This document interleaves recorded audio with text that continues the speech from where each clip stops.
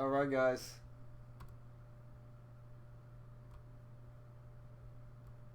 Alright, guys. How's everybody doing today? Sorry it took a little bit. Trying to get everything ready with this computer at the hotel.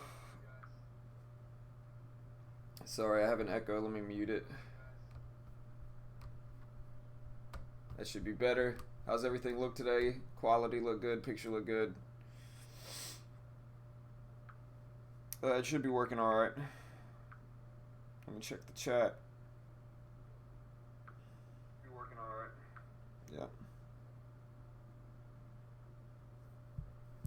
Yeah, I mean, it's going to be a little slow for the next few days after the holidays. We do have Nike that's moving. Nike gapping up some. Gonna keep an eye on that one. Also, UXIN is gapping down. AMD is gapping up after kind of a big drop yesterday. I gotta be careful with AMD because it hasn't been fading as much as it had previously. But NBEV moving some, actually gapping down now, which is weird. CRON gapping up a small amount. MRIN gapping up.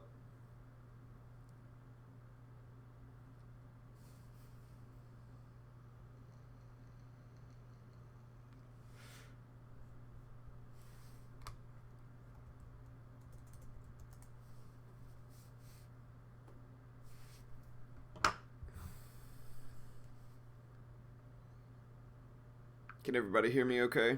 Should be able to.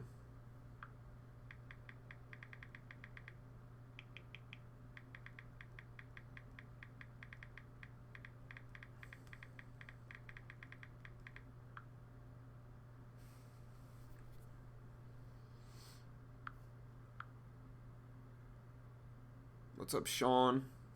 Let me make sure my volume's alright. What's up? Yeah, my volume should be okay. Test. Yep. What's up, two-way? John O. So the farm bill passed, huh? So he signed it? Did he actually sign the farm bill? Sorry, I'm out of town, so I haven't been able to keep track of what's been going on with it. That's great news, though, if he did sign it. I mean, I think everybody kind of knew he was going to. And,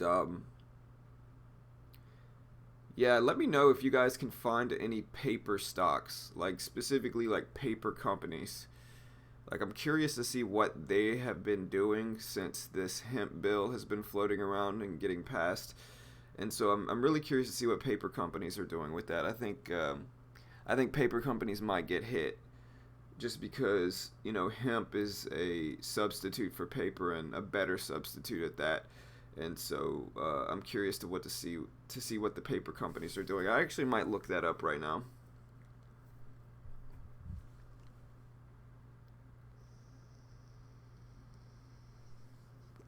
Good. Cool. So we did sign the farm bill, MICT. We should get mentioned here in a little bit. Yeah, MICT gapping up. Doubt it's tradable, but no, it's not tradable for me. MRIN is, though.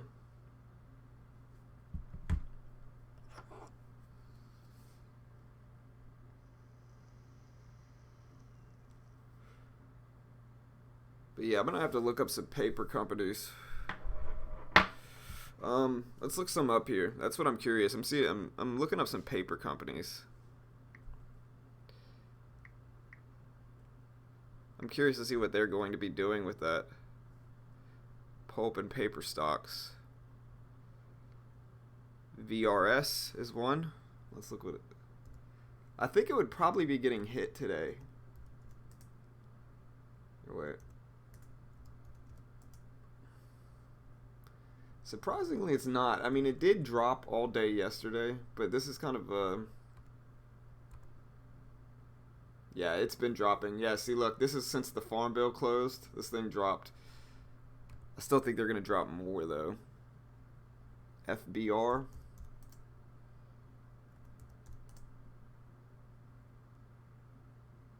RFP.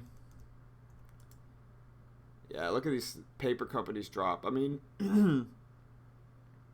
I think the bigger paper companies are going to be kind of doing what alcohol is doing since a lot of cannabis has been legalized, which is just buying into hemp and using hemp instead of paper. But in P, yeah, look at all these paper companies drop. That's what I said. I think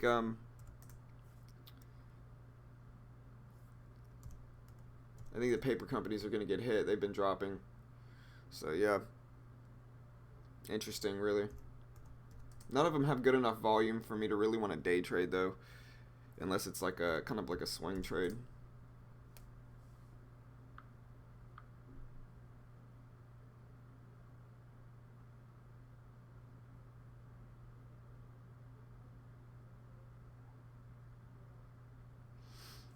Clay, it's not that I don't have scanners. It's that I'm out of town right now at a hotel, and I'm on a laptop, and so I just don't really have room to put the scanners up today. But they'll be back Monday.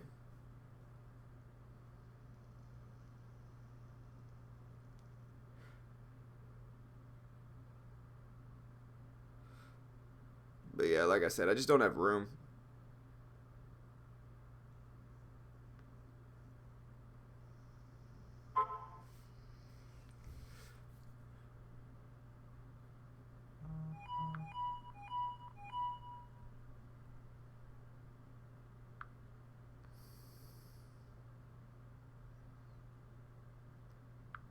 So wait, the stock market is open next week, right? I mean, aside from Christmas and a half day on Christmas Eve, the market's open next week, right? It should be, I think.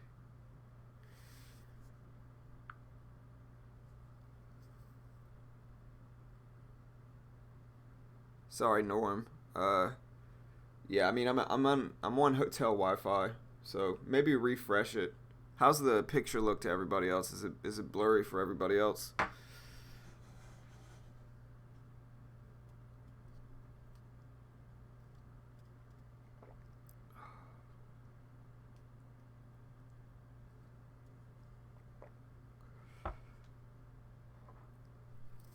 But yeah, Nike gapping up some.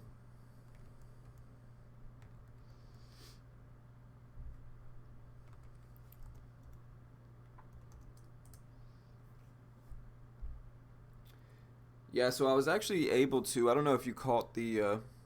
Okay, so it's good there. If you saw me get in NIO before I closed the stream down, I was actually able to rebound on my loss yesterday. I ended $1 up. And so I made a little bit on NIO yesterday. I was able to have a break even day, and so I'm happy with that. Um, Kind of goes to show one of the mentalities I have, which is like if you're going to back test a strategy, then you have to take each example of that strategy that the market presents. You know, and I'm not saying ignore the wrong conditions, but if the right conditions are there and your strategy's there, you should take it. You know, if you're trying to recreate the results you got when you back tested in the first place. And so was able to get an NIO yesterday and rebound on the day, have a break even day, so I'll definitely take it. We'll see what we get. I've been having a little bit better results later on in the day, and so I think that maybe I should be being a little bit more patient before jumping in. I don't know.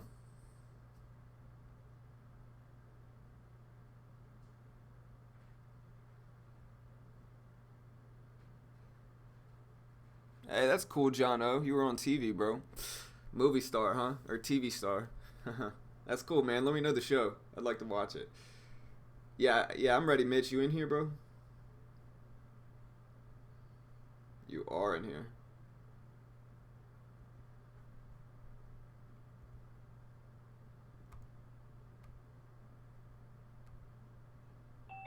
There you go, Mitch. You should be good, brother. Yo, yo. What's up, man? There you go, back in action. Yes, sir. All right. So we got Mitch here, everybody.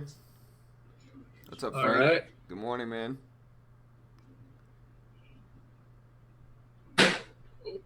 What's up with Nike? Is it earnings? I'm guessing it is. I can look it up in a second. Let me look it up.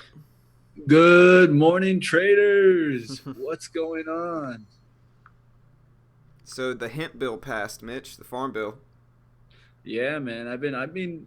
It's kind of already been kind of overly accepted, but now it's time to really see what it's really going to benefit, and if the kind of the recreational stocks are even going to get that benefit from it. Yeah. At the end of the day, it's a hemp bill, not really a THC bill. Right. So to see how that's going to play out in the market. And one of the real keys is I'm seeing a lot of kind of weed stocks near their support. One being the my top watch of the day, which is going to be ACB. ACB, I'm trying to see it hold kind of below this 532 level. If it holds below that 532 level, I could see it breaking down and heading down towards that kind of 405, 410, getting all the way back down to where its original move came from in August. Yeah, I mean, I feel like hemp is it's good for cannabis in general, but it's not that good. I mean, hemp the farm bill passing is great for the hemp industry, but with like cannabis specifically, which is actually two different things, it's it's going to be good, but I think it's going to be a little bit more subtle than like hemp stocks just because, I mean, it's good, but like Mitch says, it's not actually THC, and that is going to it may affect them, but I don't think it's going to make that big of a difference with some of the cannabis plays just because it's unrelated in a way. No. Nike is up on positive second quarter results. Revenue of 9.37 billion, adjusted EPS of 52 cents. Beat the projections of 9.18 billion and 46 EPS. And so it's up decent from that. And a lot of talk is being said that this Nike move uh, is going to help the overall market because Nike is, it's in the S&P and all that stuff, and so this big surge in Nike, which is a big surge for Nike, really, like this is a big move for Nike. They think it's going to help the overall market in general.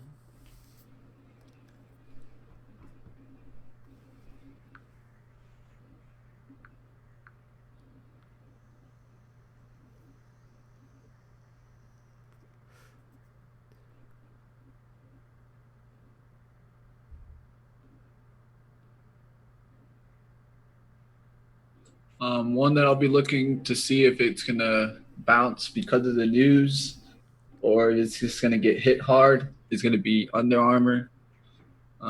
It's been hit in the last kind of weeks. It's been hit hard in December, coming from that 22 all the way back down to the support here at 1647, 1650. We're going to see if it's going to break down and kind of not bounce from these levels, get hit. They have negative ratings, kind of with Nike getting stronger. For a long time, people thought that Under Armour was going to step into their market share. And one of the real keys that they've been seeing is that at the end of the day, millennials have been sticking with Nike. And that's what you're seeing with that growth and that kind of bounce. One of the real keys is that Nike was losing what they call their kind of growth in the market, and the growth was slowing down, slowing down. And if they see that speed up, that's always been the main concern of the business. It's not that we're not going to need shoes anymore; it's that we have other competitors that are getting stronger in the shoe industry.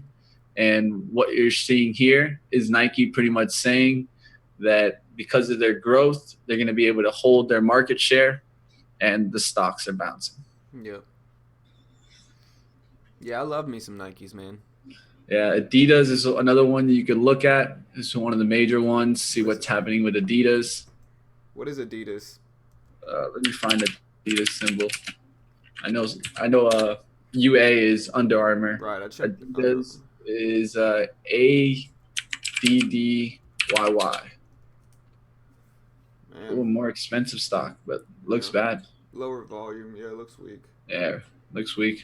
But Yeah, I'm also watching MRIN. Mitch MRIN is gapping up some from 716 to 743. It made another big push yesterday. man, if you really look at, but like kind of like the retail stores have been hit hard. Dick's, um, Dick's Sporting Good. Uh, what's Sports Authorities?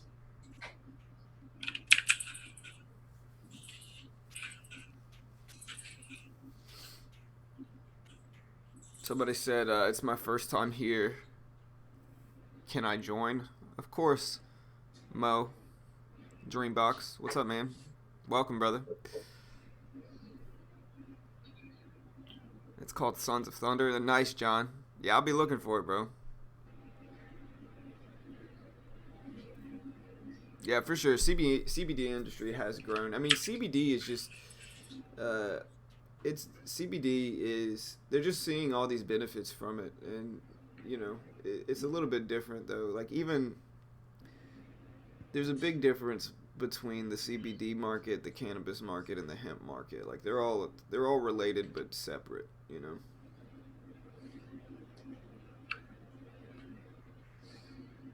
But yeah, look at AMD, man. AMD just absolutely tanked yesterday. Just a huge drop. Yeah, I'm kind of worried about that one just being too down on the kind of Right. the daily. Rebound. One of the real keys on that one's going to be the SPY and to see what happens with the SPY. Yep. If we looked, we talked about this exact level on the SPY getting hit, and it's kind of amazing, when you use technicals and you understand that you got those three bounces. I always talk about three bounce resistance, and then look for that fourth bounce. If it doesn't happen, usually you get that breakdown. It's exactly what we get in this pattern here on the SPY. Get that bounce down one, another bounce down two, up three there. It bounces, it comes down to the support, bounces a tiny bit, and really just got slammed through that 260s. Man, look at that level, bro. Like Yeah, this thing we dropped called big. it. We've been calling it for the last couple of days. We could have just traded the SPY and made some money, man. Yeah, man. I mean, it dropped a lot.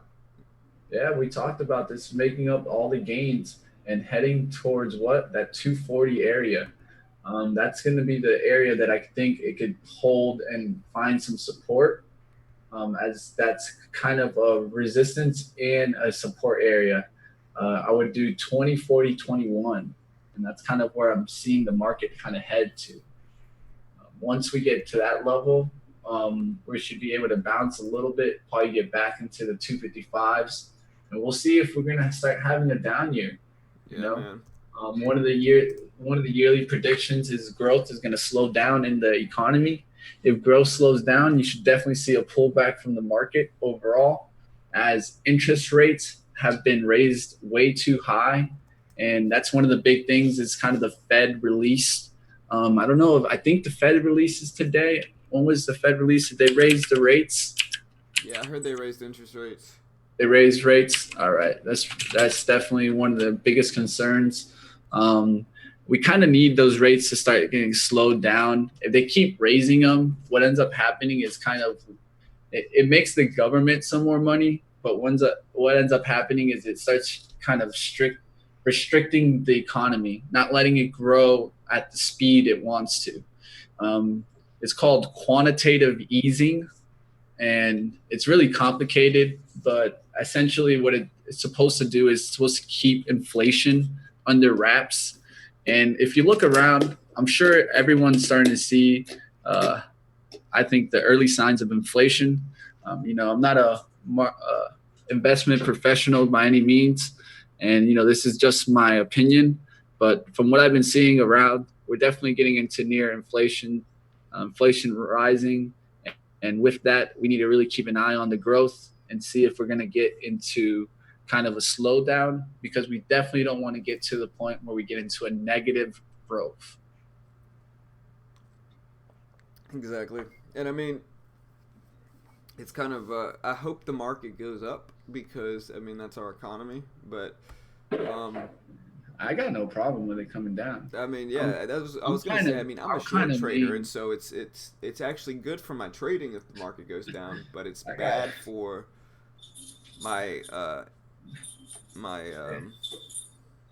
it's how you savings want to and look at the stuff. end of the stick, you know. Yeah, Because a pullback in the market just gives you opportunity to if buy you low. don't have long plays, kind of that long-term play. This is when you want to be getting in, when you're getting these market pullbacks, not when the market's extending up and keeps driving. You want to wait for these market pullbacks, buy on the supports that should eventually get retested as resistance. Right. Yeah, Warren Buffett famously said, "The best time it's wise in investing to be fearful when others are greedy, and greedy when others are fearful." And Mm-hmm. so, And this is when you're going to start seeing it. You know, we got to find a good support level, but support levels are very important. Once they find those support levels, you see the kind of the sweep going right back in the market. I'm going to be really paying attention next year to see if we can get technology to come back. If you really look at the technology overall, kind of you can look at the QQQ or kind of look at stocks like AMD or AMAT. Um, you can look at NVIDIA, kind of the leaders in tech, and you all see them get kind of plowed over the last couple months. Um, and really, that's what we've been trading. That's what you've been seeing. And John, that's why you've been able to really make money on AMD. right, It's really from the logic that the techs have been hit hard. Like you can look and at downtrending. different stocks, MU. There's plenty of different stocks that have just since essentially like August, since the weed run, money was taken away from technicals, taken away from the market, rotated out, and what you're seeing is kind of the levels have to come back down to where they were before they did this huge drives. Yep. What's up, Let's see Jason? What's up, brother? when Good did morning, man. AMD start its drive? If you look back,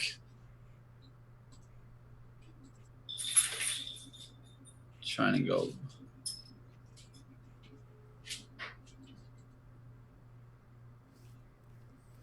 All right, if you look back, it looked like it really broke out through that kind of this level of 1539. Which 1539 is a really important level here for that AMD stock.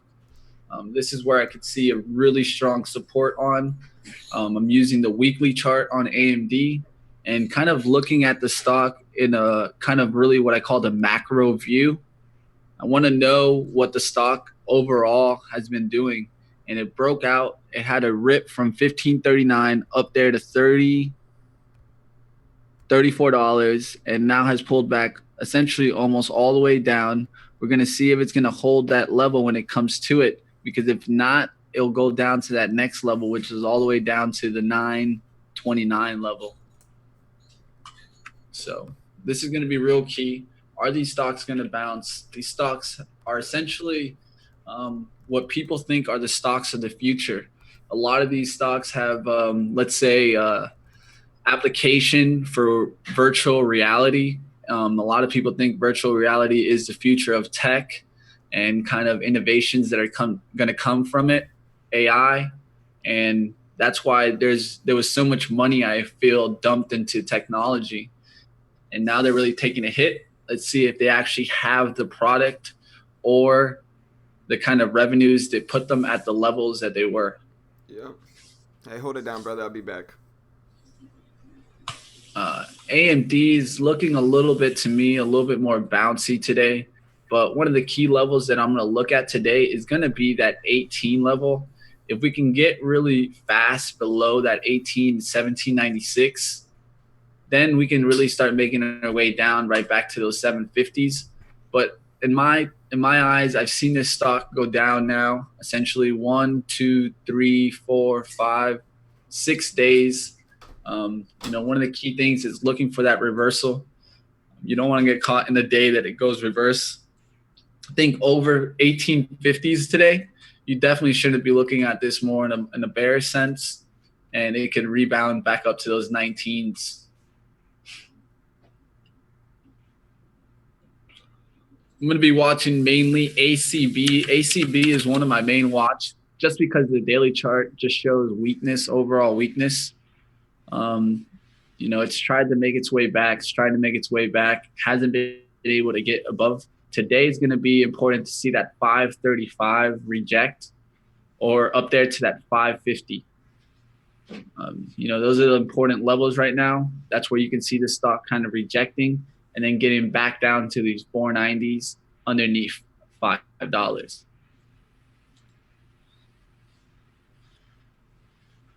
Should we be cautious with the recent drops in the market? Well, it depends. It depends on what your stock trading is, what your strategy goes. We trade a lot of penny stocks, stocks that don't have such correlation with the market overall. But let's say if you're trading more of a stock like Nvidia, Google, one of the big stocks, and what you need to do is you need to find out how much correlation each stock has with the market. This correlation is going to let you know how much you should actually pay attention to the market overall, or does your stock kind of do its own move and has its own volatility?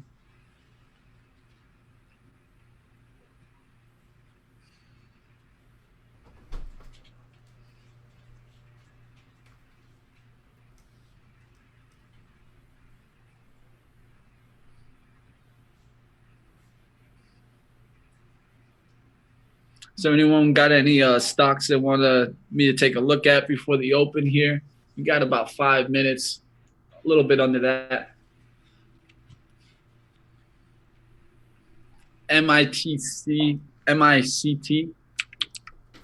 Yeah, I was watching this one. Looks like it's trying to make that run towards $1. The only thing that concerns me is what happened in all of 2018. It kept trying to get above this $2. Couldn't really make it there. It's going to be really based on news. I see where they signed a definitive acquisition agreement. You're going to have to see where that price level was. Not already owned by it within 15 days, priced at 165 a share. Okay, so they sold it to a premium. Usually when you get it sold to a premium, you're going to get a kind of that extension, that push up, and then a pull back as the company kind of sells their shares and gets out on that acquisition. Yeah, it could push to that 165. I agree with you, two-way trader. Definitely one to watch. As you see, it's actually a resistance near that 165. If you look on the map on the daily, you're going to see kind of that 165 is going to be a really important level. I would like to see it get above that $1, really hold that $1 mark. Then you can make that run, try to target up there to the 160s, 165s. Yeah, look at OBLN. Good call, Eddie. I missed that one. Like I said, I don't have my scanners today, but OBLN. And so, Mitch, the market's open next week, isn't it? Like, we got a full day Yeah. Wednesday, Thursday, Friday, right? Yeah, it's just relatively slow. We got a half day Monday, Yeah. um, and you're gonna see a lot slower volume. This OBLN is just showing up also on my scanners now. Yeah, man. Um, is it tradable? Probably That's the not. question. The volume was low. I doubt it. Yeah, not I know. tradable. Yeah, I know TradeNet well enough Just to gotta know. let it Like, go. I can look at a stock and generally tell. Like, if the stock is cheap under $5 and had no volume before, it usually isn't tradable. Yeah, Kind of what you sign up for, though. You know. it's just part of it. I get Yeah, upset UX. sometimes, but you just got to remember, it is what it is. You know, That's your decision you take by trading with the broker you choose. right. And UXIN, I mean, it had a big red day yesterday, but if you look at the daily chart on UXIN, I mean, it's still up a lot in the last few weeks. Let's see, where is it at now? 720, so it is right here. So, I mean, it's still up. We'll see what UXIN does today. It's still up in the last few weeks based off Yeah, of. that one got me a little upset yesterday. It didn't really help us that the move towards the VWAP was in one candle and just an Squeeze. immediate eruption. Yeah. It was one of those that I actually had the order out. the correct order at $9, but the problem was that move was way too steep, way too quick to get in there, Yeah. and it really would have given us a amazing reward, over about like $1.50 reward on that one. Yeah. All right. So market opens up in 1 minute, guys. 1 minute. What's up, Casey? Sorry, Susanna. I'll get a little bit closer here. Let me fix the mic. Put it a little bit closer. All right, that should be good now. You should be able to hear me pretty clear. All right, guys. Let's do this.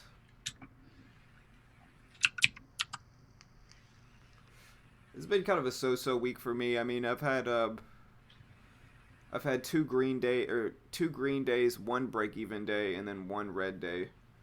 And so we'll see what we get today.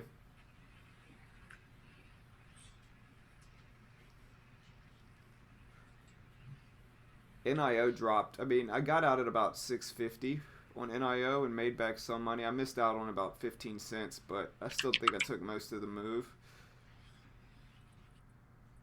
That second fade was pretty. Alright, there's the bell, guys. All right, guys, I'm going to be really paying attention to this MRIN. I feel like it's going to make a run towards that 8 and then reverse. But if it does get really, really strong down move here to 650s, we'll look for the range to tackle down, as we do have resistance here at the $7, $7.10 area, which is right now support. Let's see what happens here. Tommy asks, is there one indicator that would prevent you from trading an otherwise promising looking stock? I mean, if the stock is like well above the VWAP, which is like an intraday trend indicator, I usually get very weary about shorting it. It just depends, you know. Volume is probably the key thing. Right. You guys seeing anything really take a down move? Let us know. AMD choppy, spiked up, got a big up wick and down wick on AMD. Cron dropping a little bit, not a ton here. MBEV maybe here. AMD dropping. NBEB dropping as well. Picking back up some though. But yeah, AMD with a big drop.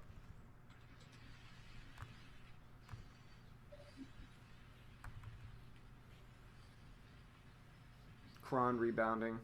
NBEB rebounding. MRIN a little slow. We'll see if we can pick up volume.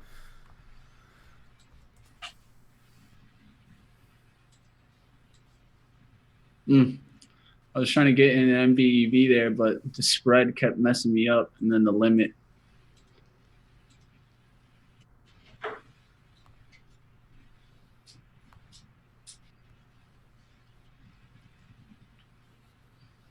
Yeah, I was trying to get in there in the 43s or 45s, risking off the 50 for MBEV. There goes AMD. I don't hate AMD with if it gets up to 812 with a risk of 1820. Chiba looking interesting also here. But AMD's just gotten hit a lot. Let's look at the daily chart.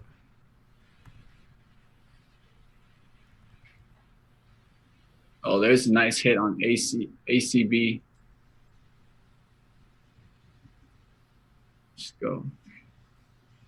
Let's make it down, move towards that 5. Yep, that MBEV. Really just got to put my limit order out there, but it's part of the trade net that I can't put that limit order out there. So that one really got me. I would have been able to get in it already. 5-cent risk, take some profit here, look for a bounce back to add that shares. Which one? MBEV. Just couldn't put the limit order in. The spread was a little spread out, and so it rejected me on my order. AMD's getting up there. I don't like it as much. The reason I don't like AMD as much is because it didn't drop enough at this point. And now it could reject here. And like I said, 1810 risk isn't bad with the 1790 reward level, but it didn't drop enough.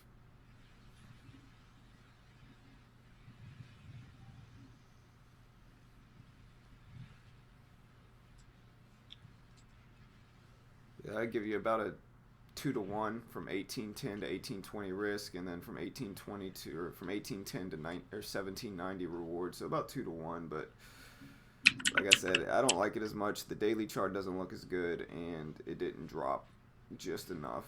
Now it might work out here, but for that reason, the daily chart and the drop, it's not good enough for me.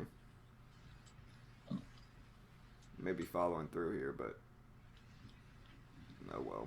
There it goes. Yeah, would have been nice. I mean, but like I said, I got to look at the daily chart as well, and I have to understand that it's not. I mean, it may be my strategy, but it's not. The conditions aren't right. All right, really looking to tackle this MBEV. It's up at this level right now. What I'm seeing is there's a big support at 623 and a big resistance up there at 695. It's where it's been in the range for the last kind of hourly. If you look at the hourly chart.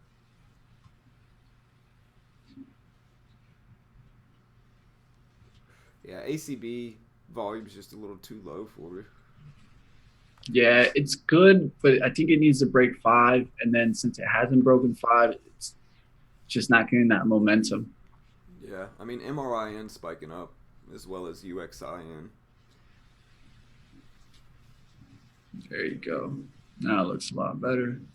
Now with that break, the risk to reward is getting a little better there. For which one? On ACB and MBEV. Yeah, I mean, the risk to reward's tight for NBEV. It's just, it looks a little bit, I don't know, it looks a little strong, but AMD would have been nice. It already got down to 1790 or so, but like I said, the drop just wasn't big enough. It's whenever it's a small drop like that, it's more, it doesn't really solidify that intraday trend, that intraday downtrend like I want. And so because of that, it kind of makes it a little bit more random, like a little bit more choppy. And now we're getting a pull back to the VWAP. All right. Still got a tight wrist there, but short here at 5.10s off 15.5s for ACB.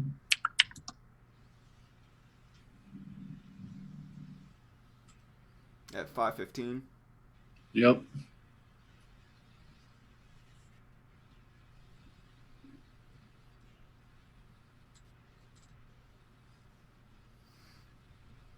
Yeah, the volume is a little low for that one for me. Yeah, just like that last little down move there. I'm trying to get it tackled right back down to 506 here.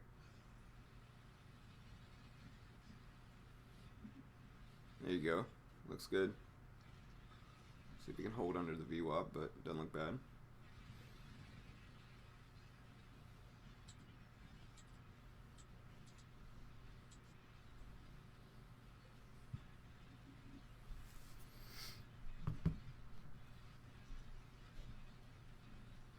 Just got to be careful over 15 here.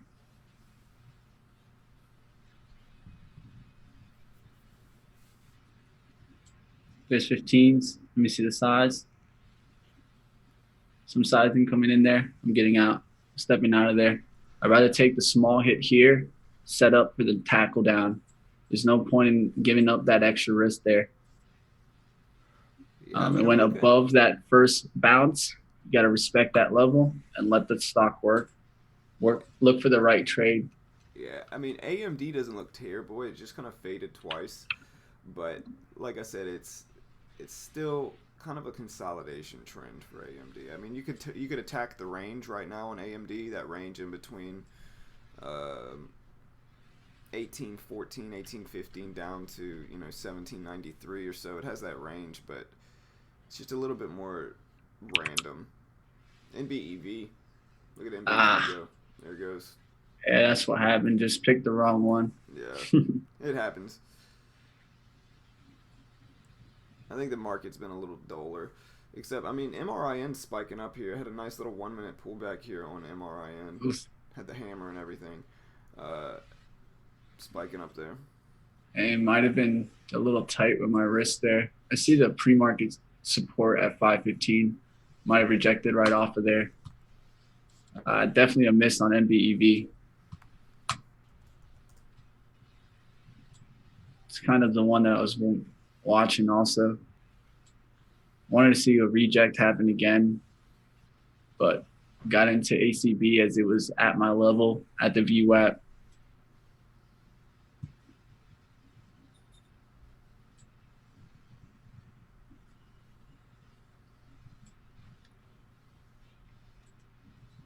Hey, it's a good trade though, Sid. Good work, brother. Green is green, brother. Nice work, man. I'm happy for you, bro. You're really committing to that risk and reward, man. And so that's how you do it, brother. Nice work. Yeah, I mean, I'm just waiting for something to really pick a trend at this point. I see a lot of choppiness, a lot of sideways moves. Some of them look weak, like NBV looks weak, but it's still sideways technically because it's kind of in that range between 645 and 630.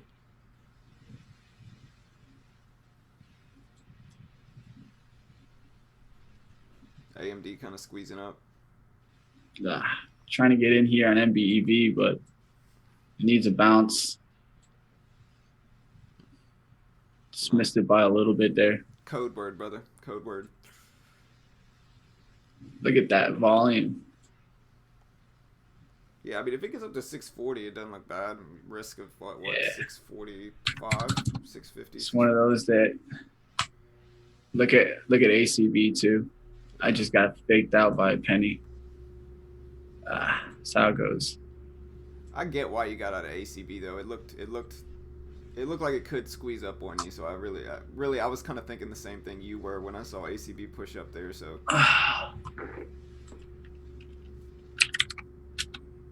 Kron faded. Man, the one cannabis stock I'm not watching.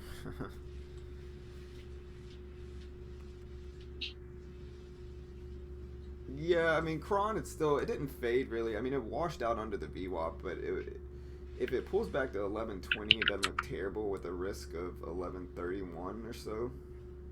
1132, giving me about 11-cent risk. Reward level would be down at 1104, so it's definitely better than 1-to-1 on Kron, but I want to see some more volume.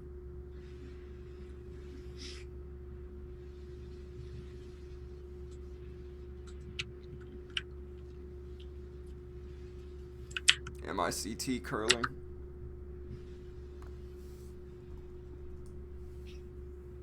Yeah, maybe a washout long for MICT really here. It just depends. I mean, if it breaks this high right here, it could squeeze up, start testing $1.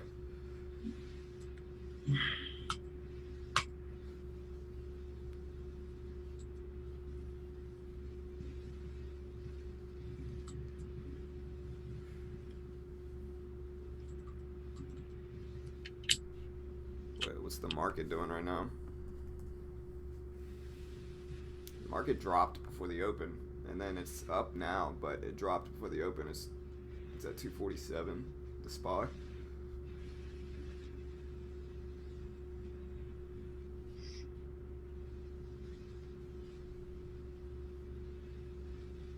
Now, if Kron can get up to 1118, 1120, I don't mind 1132 risks or 12 cents, and then a reward level of about 11. So about a 20-cent reward, about 2-to-1. I don't hate it, but we'll see what we get.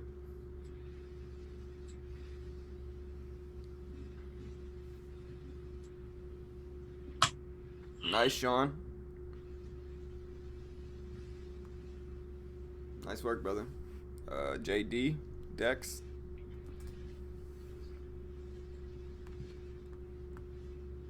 Yeah, it doesn't look bad. Tight risk, very obvious risk. I always like these because you can use this low down here as your risk. It just depends on where you want to set it. You could do 2015, 2020.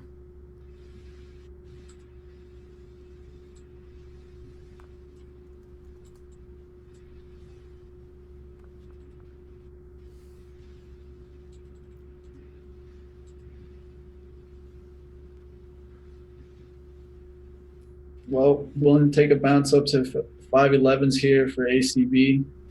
Definitely a miss there. Just didn't calculate my risk correct. Yeah, I don't mind that one. Out there by a penny.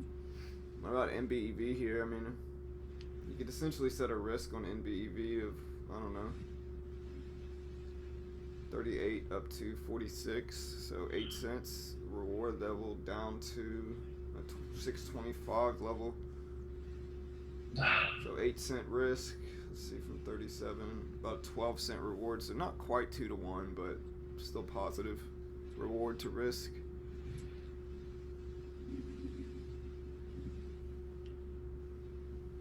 MU Blake. This is the move I was trying to tackle the 5. It's going to be a little upsetting getting stopped out there. Yeah, definitely. Kron's taking a hit.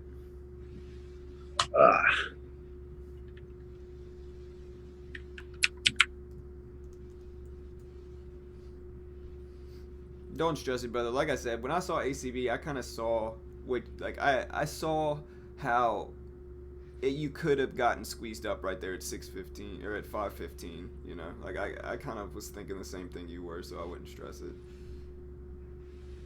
Volume was a little low overall, and so, you know, you got to protect your account sometimes, even if it ended up going in the right way. You still got to protect it, I think, and so I think you're all right. And I mean, overall, I just think it's a miscalculation. So now I just got to pay the price and watch the stock go to my levels.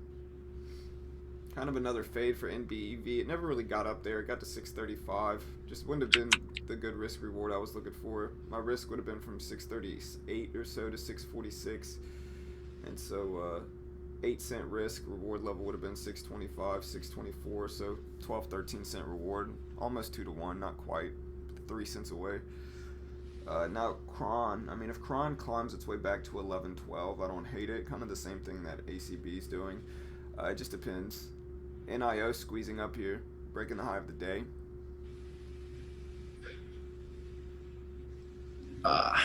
This pattern is gonna, it's definitely gonna haunt me in my sleep right here. Hey, watch something else, brother. If it pulls back up there, I'll tell you. Oh, that was just too beautiful. It's the exact move I was predicting. So I always talk about visualizing your trade and taking your trade. The key here, didn't really establish the correct risk.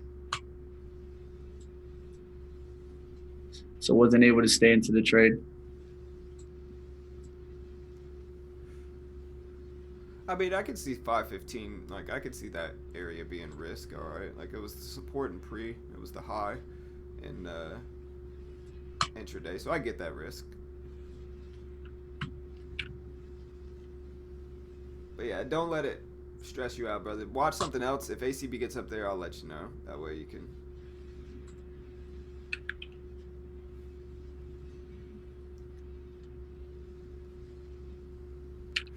I always hate when that happens, though. It's happened to me a lot, too.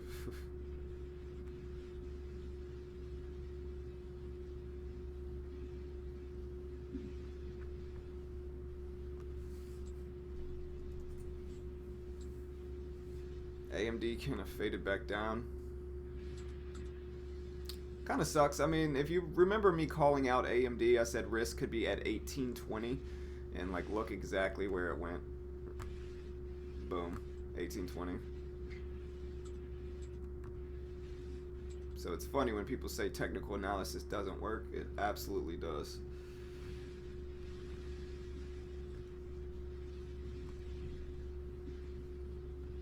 All right, looking at Under Armour here, guys. Have an order out for 25s. Need a bounce here to get filled. What pattern are you looking for? This one's gonna be it's kind of like a VWAP fade. The only problem is that it slightly ticked above the VWAP, but it's holding right at VWAP. Got in kind of 1, 2, 3 rejections there. Has that negative news sentiment. I'm seeing some shares go through. The risk would be if I got in at 625, it would only be up to 630 with a nice 635 level above it. We would need a bounce here, and you got to see shares kind of spilling in on the downside. Got to get a bounce there, though.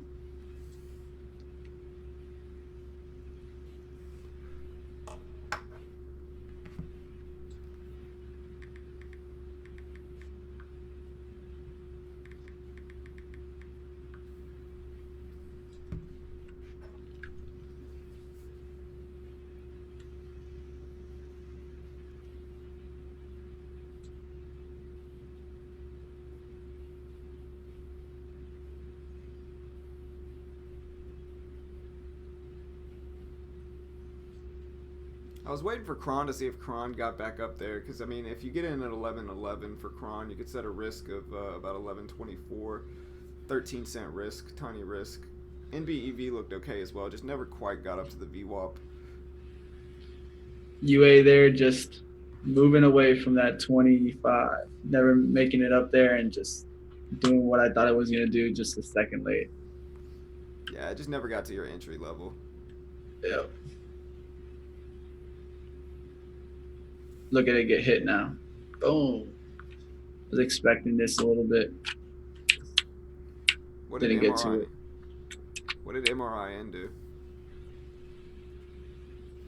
MRIN pushed up. It's starting to kind of drop some now, though. Broke under the VWAP. Had a little VWAP bounce there at first, and then it kind of crashed back down. UXIN continues to push up. What's up, Admiral?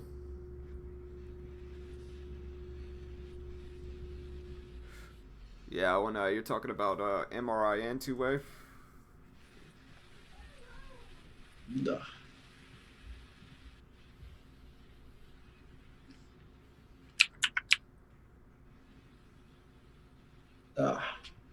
NBV. Yeah, NBV never got there. Wrong one. I mean, it was perfect there at 936. Just didn't take it. Tynan. Yeah, so like our strategy is basically like taking advantage of confirmation in the intraday trend by the VWAP. So like if it pulls back to the VWAP, you short it, or at least we short it, and you know, vice versa. Hey, appreciate the $5 dono, Eric. Appreciate it, brother. Thanks, man. Appreciate the support, brother.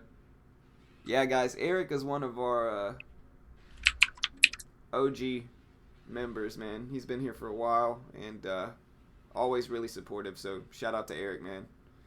Thanks, brother. Yeah, Tynan. I mean, it's essentially like you look for a bearish trend, pull back to the VWAP.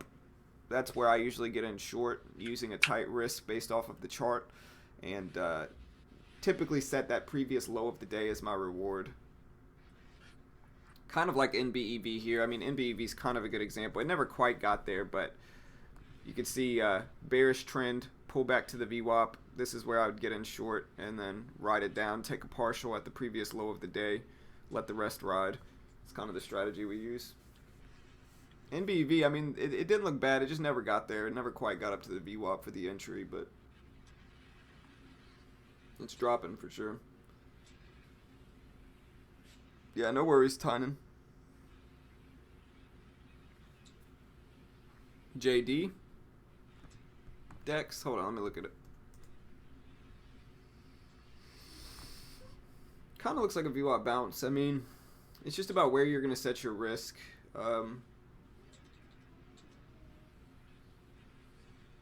Chart's not really showing much risk unless you want to use really tight at 2020. You know, the only area I can really justify. I mean, we could look at the previous day. I mean, I don't hate, like, you know, 2013 or so as risk based off of the previous day's chart. Like, if you look at it here. Maybe 2015, 2013 doesn't look terrible. So it's just based off of risk and reward. I don't know if I like the move. The prior move, just because it went up, dipped, and then broke under like this support here at 2028 or so, 2030. And so that's the only thing. Like at this point, I'm watching it to see if that area holds as resistance or not.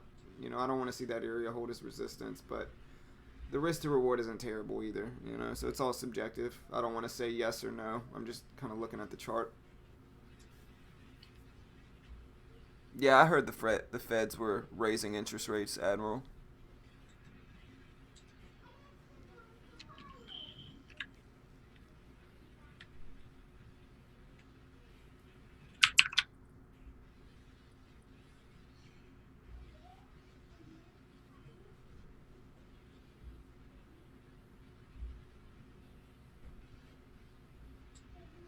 Alright, so at this point with Kron, like if Kron gets up to 1106, I don't hate it. You could do a risk of 1116 or so, maybe 1117.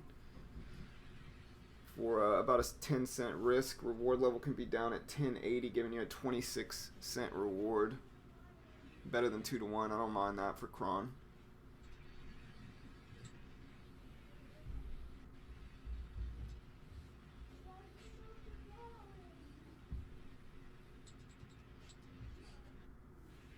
On MRIN.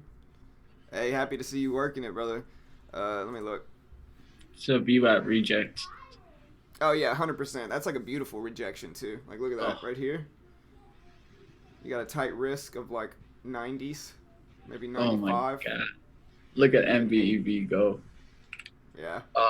That one's gonna be one of those like. But yeah, that's definitely a rejection. Sean, happy you could take advantage of it, brother. But that was a pretty rejection too. So if you gotten that one, I missed it, but it looked good, man. So congrats if you got it, brother. Looked good. That's what I always say. Like, I think the VWAP rejection, like just from back testing all of them, I think the VWAP rejection typically gives you a little bit better risk and reward. I think it's a little bit less accurate, but I think the risk and reward is usually a little bit better on the rejection as opposed to the fade. But they both have their merits for sure.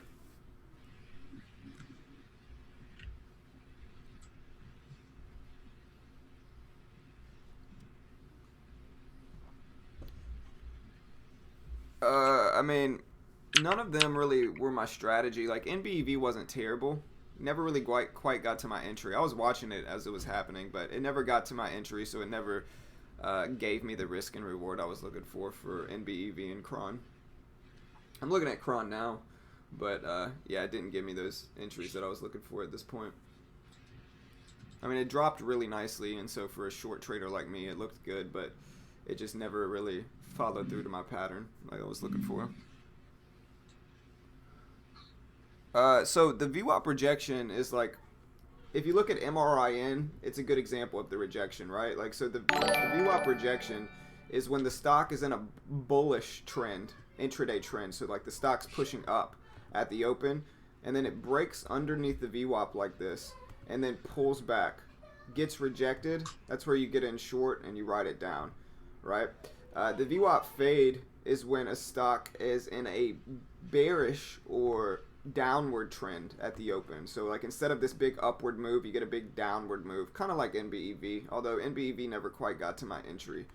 And so instead of crossing underneath the VWAP, it's just in a downward trend, pullback, and then rejection. And so one starts off with a bearish, the rejection starts off with a bullish, so an upward move, and the fade starts off with a downward move.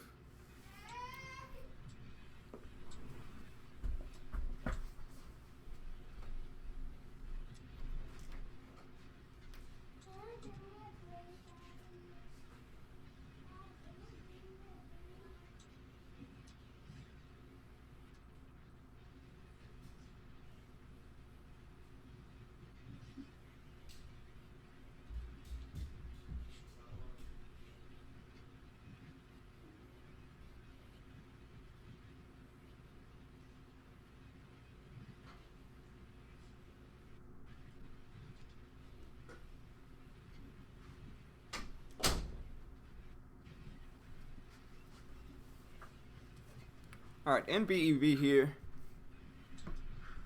I think that, like I said, I think that the fade is a little bit more accurate, at least from back testing. But I think the rejection a lot of times gives you good risk reward, like better risk reward. But it's all dependent on what the conditions are, what the stock looks like, and stuff like that. You know, at this point, I mean, if you look at NBEV, if it gets up to 617 or so, you could set a risk of, I don't know, 620s. 627 maybe, 10-cent risk, big reward. And so I don't hate NBEV. It's a bigger move. I'd have to take small share size with it. Also looking at Kron for a similar move. Looking at your favorite over here. AMD. Yep. Hey, yeah, if AMD gets up there, it's just about where's risk, right? Risk is about 1811 or so. Yeah, I was looking at that 1813, 1812. Putting out an order right now at 1805. All right, I'm in NBEV with 100 shares.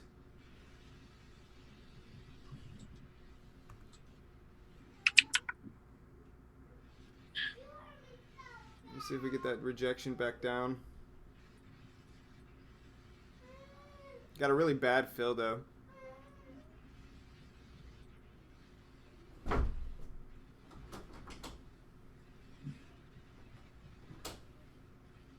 Sorry, my son's banging on the door in here. Try to help you out here, put some pressure on that. Yeah, there's the drop. I mean, it faded nicely, but Yeah. I got a bad fill, and I was planning on adding to it too, but my fill was bad, and so I don't know what I want to do at this point. A big order Look at up that there. order right there. You see it? Yeah, what is that? 18,000 or 180,000? It's 180. Oof, big order.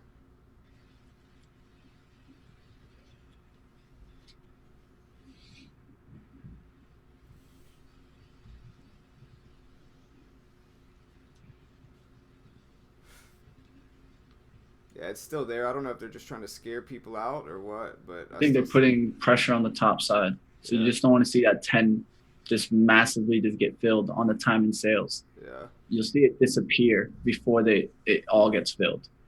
Yeah. There's some of it get filled. There was 41,000. There's some of it getting filled there, but as you see, there's what we call both sides ordering. There's 500 on the left side and 1,761 on the right side. This is when we use by what we call market fake out. Someone's trying to fake out both ways. Yeah. Eventually makes traders get out. Now it's just about whether it breaks 6. I got in with small share size, but we'll see if it breaks under 6 now.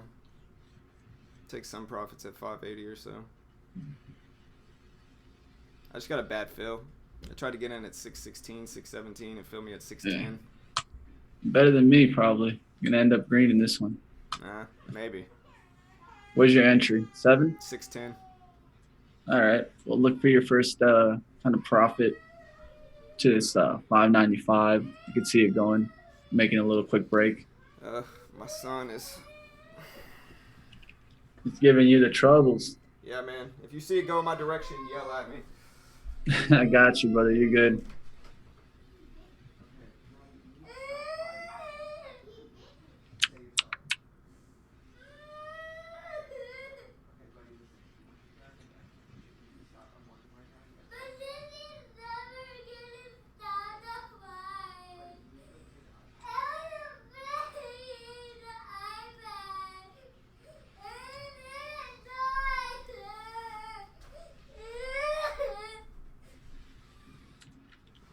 Listen, hey, come here. Hey, you gotta stop fussing. Here, I'll hold you, but you gotta stop fussing. All good, buddy. Alright, here, you can sit with me right here, bud. Alright, sorry, I gotta hold my son a little bit. You're good, brother. Right just here, just hold the trade right now. Yeah, I'm watching it. Alright, buddy. It's alright. It's alright. Alright, so yeah, like I said, it's gotta break 6. You're doing good right now. Just wait for the volume to follow. Remember, there was someone trying to fake out stuff down here, so they can knock it through the 6. I would look to take some profit there, maybe 95 area. Yeah, that's kind of what I'm watching. It's all right, bud.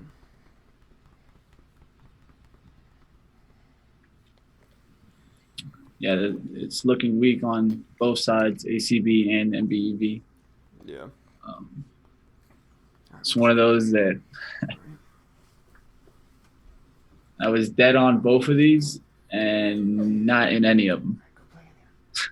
Be nice to him, okay? I know, but just be nice to him, please. Thank you. All right. Sheesh, man. Kids. You leave them alone for like a minute together, it's the end of the world.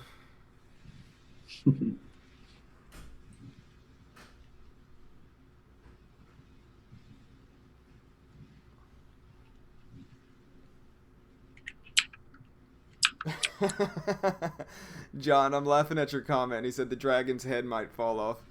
Yeah, man. Oof. UXIN getting lots of volume at 8. I think it's about to halt. On UXIN? Yeah, something weird's going on in that one. It's about to halt or something, bro. That's the weirdest thing I haven't seen a stock do this in a long time. Yeah, It's I one of haven't those in seen. between moments where you want to decide, do I get rich or do I lose all my money right here? Yeah, but no, John O made me laugh. We made a huge mistake. One of the biggest mistakes you can ever make as a parent of a 4-year-old, which is we bought my son a Lego dragon. Worst mistake we ever made. You know, if you're wondering why that's a terrible mistake to buy a 4-year-old a Lego dragon, is because no matter what you do with that dragon, something's falling off, and it's the end of the world every time. And so, every 5 minutes, can you fix it? Can you fix it? It's a grave mistake that we made. Anyways, yeah, man, I haven't seen a stock go kind of parabolic and get halted in a while, in a minute. Um, Yeah, this is like I said though with MBEV, it's got to break under 6. Like it has to. I want to see it break under 6. If not, it could bounce here, get back up. I mean, I'm relatively protected. I still got a pretty good entry, and so not the best. I wanted to get in at 616. That would have been a much better entry. I'd be much happier right now. I probably could have taken a little profit at 6, but I'm stunned over here on UXIN. It built up all this volume, and then these big orders went through and knocked down to the support. Let's see what happens at the support at 780. This is odd to me. This is definitely some odd moving manipulation here. yeah, you know what I mean, Sean. Yeah, man. Lesson learned though, brother. Lesson learned, man. No more Legos for my son. Mm.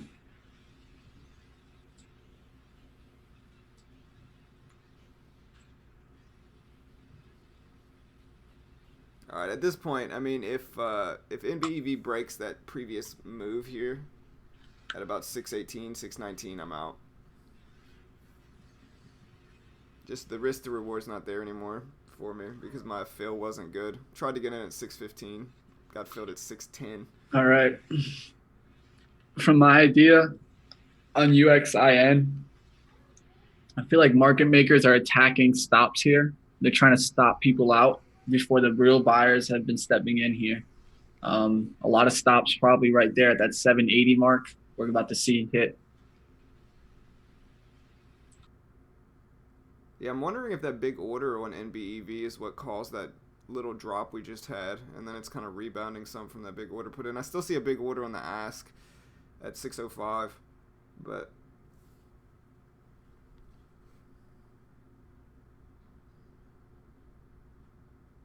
I really don't like the fact that it's bouncing here. Like with fades, I like a quick down move. Whenever it bounces here, I think it's a little bit less likely.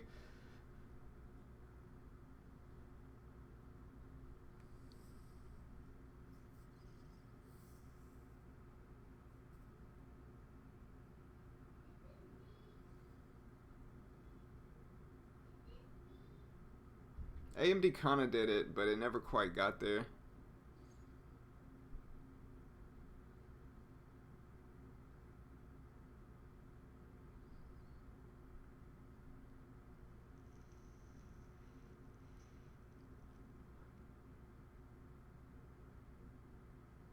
All right, we're getting a squeeze up here on NBV. This is what I said. Like, this is why I didn't like it. Like, it just found some support at 6. And the level 2 again on Thinkorswim is lagging again, man. Like, they need to get that fixed, bro. Like, this is happening every day for Thinkorswim where the level 2 is just off. But yeah, now easy exit here. If it gets over 616, 615, I'm out, man. I'm not going to hold through that. I'll let it test, but anything over that, I'm getting out. Got to limit myself there.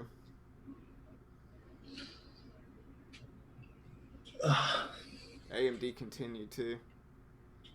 UXIN just getting destroyed there. Yeah. Looks like someone shorted it big at 8 or something here.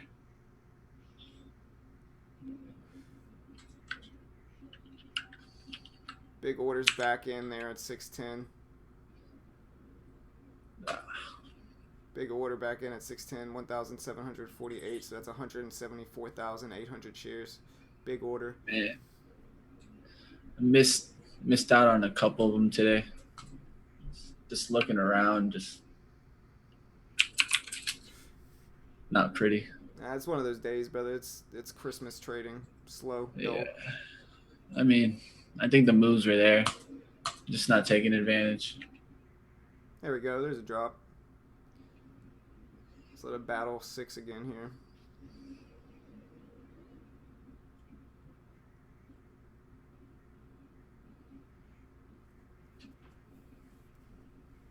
Yeah, I mean, Christmas trading, I just got to take it slow. Jason, I'm not sure on TradeNet. I've never done it on Tefs. And so I'm not sure how to pull the VWAP up there. Bitch should know. You just right click. You're going to go into study line and add the VWAP.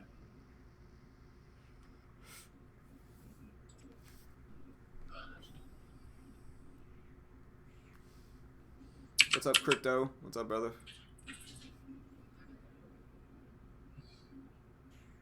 No, I'm not in UXIN.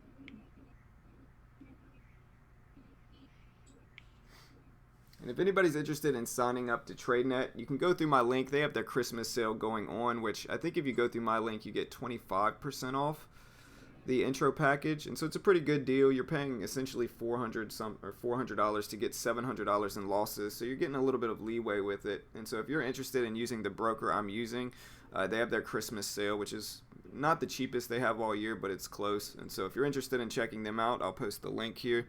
And I make a commission from it, and it's one of the ways I keep the stream free. And so I'll post that link now if anybody wants to check it out. Hey, appreciate it, Tommy. Appreciate it, brother. Yeah, getting some rebounding here for NBEV.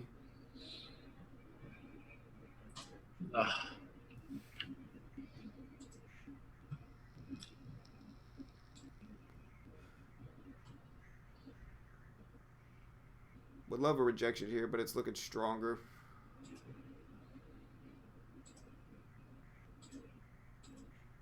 All right, guys, looking at DVAX here, DVAX,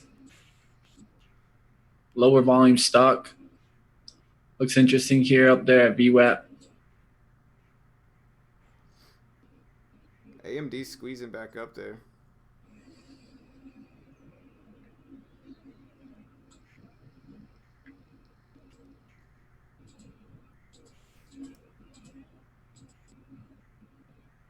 Cron kind of climbing back up there as well.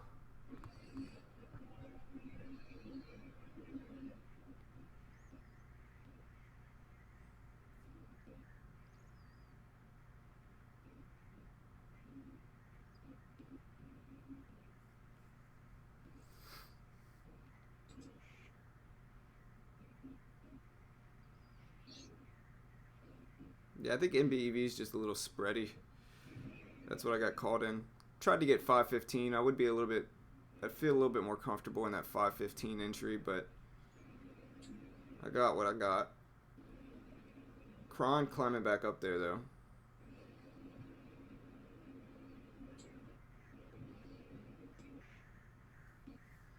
Look at Cron, Mitch.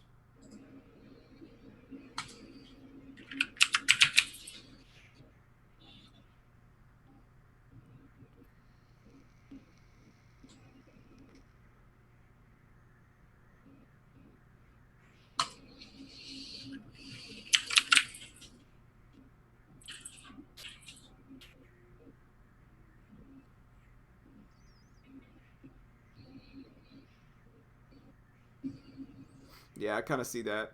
Who said that? Sean. That's what I said. I'm giving myself a pretty tight risk at this point. Like if it breaks 617, 616, I'm out. I don't want to let it test those previous highs. If it breaks over the VWAP like it's doing now, I just got to be careful with it.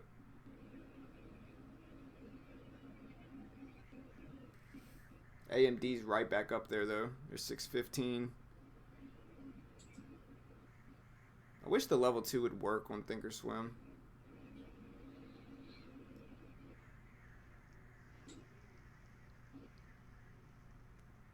I'm really watching Cron though, so if this doesn't work out, I may look at Cron. I mean, you're getting a rebound in all of them. MBEV back up there. Yeah. Yeah, I'm watching it really close for MBEV. Like I said, if it breaks here, I'm out. 616, 617.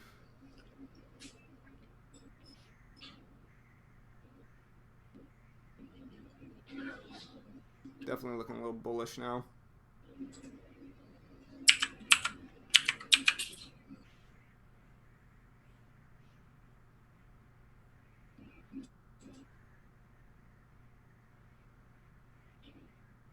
The level 2 on Tefts is acting weird too now. Alright, I'm out. Got out where I should have, I think. I'm looking at Cron now though.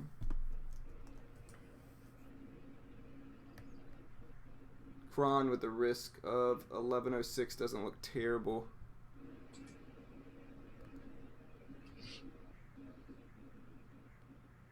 Same thing with AMD. AMD risk would have to be at 1804, about 10 cents.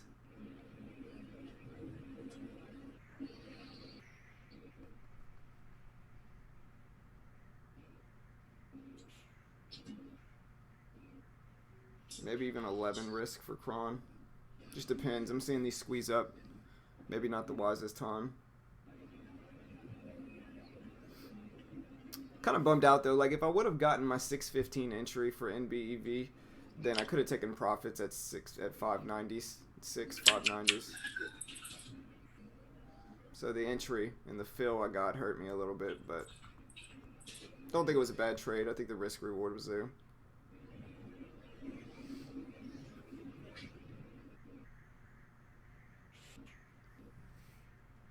AMD, NBEV, and Cron are all kind of doing very similar things. I'm guessing it's with the overall market.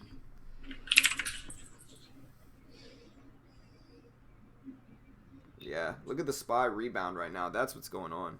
Wow. Strong rebound. Here comes that resistance in MBEV. Let's see how it reacts at 23 here. But look at the market, man. Look at the SPY, Mitch. There you go. That's a big rebound. Buyers. That's what's going on. That's buyers. It's trying to come back to the resistance, 259. 249 or 259? 259. $10 up. That's what I could see.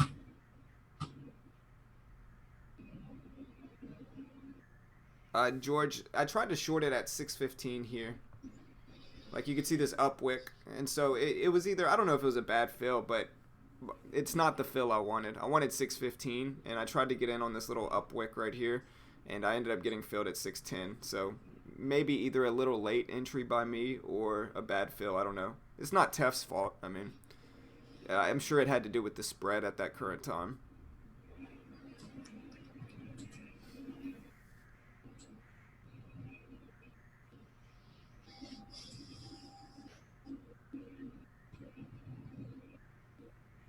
DBVT.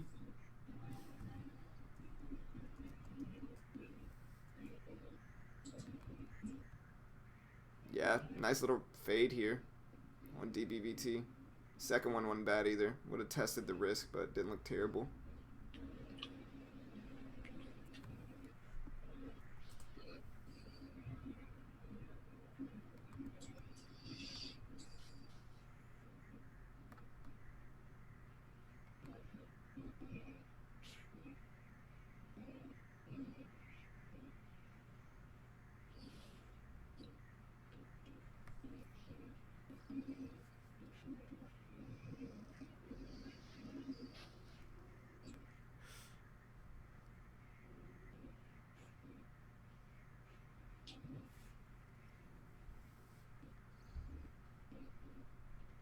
holding that level pretty well there, MBEV.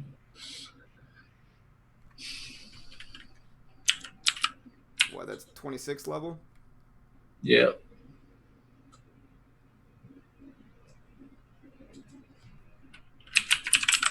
All right, I'm in Cron here with the fade, looking for a fade down to 1165. Risk of about 1104 or so.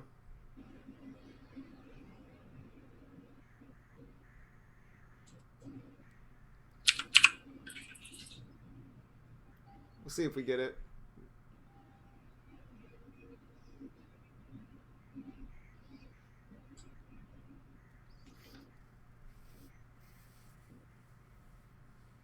Yeah, I'm right there with you, Sean.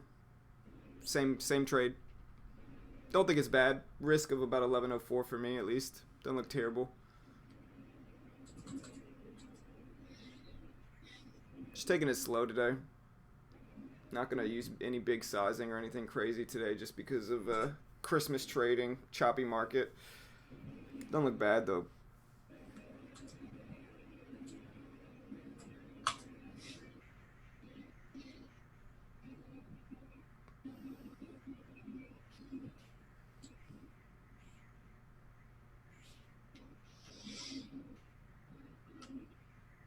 Yeah, I mean, I think Dex was just trying to help, brother. Yeah, kind of same thing with me. Andrew, if I don't sleep well, my trading usually reflects that. But with that said, I mean, I slept okay last night, you know.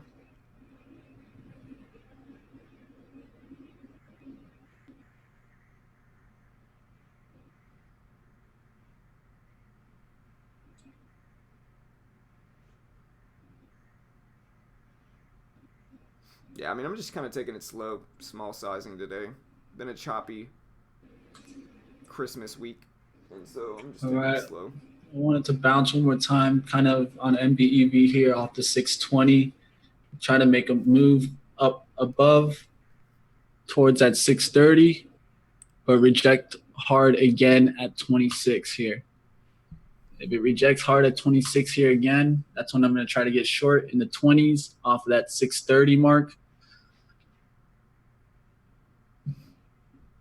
Cron dropping nicely.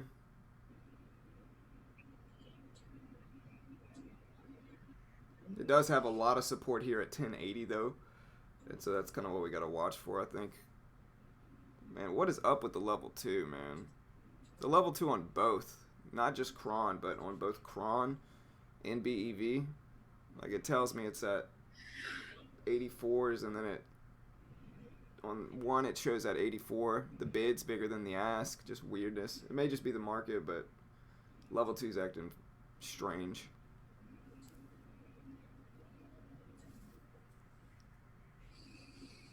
Yeah, I think DBVT is tradable. Let me look. Yeah, it's tradable. Yeah, you could short it. At least for me, I could short it.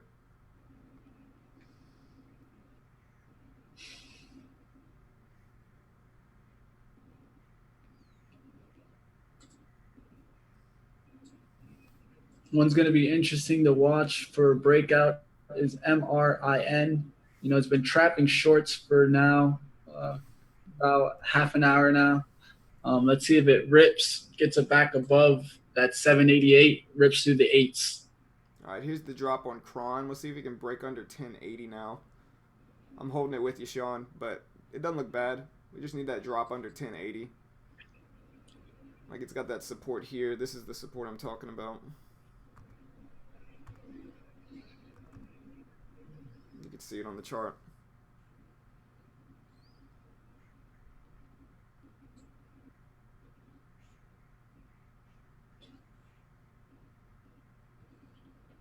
AMD dropping.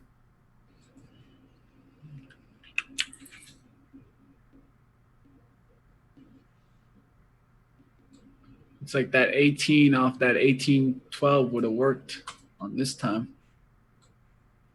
But you know how that goes. Yeah, man.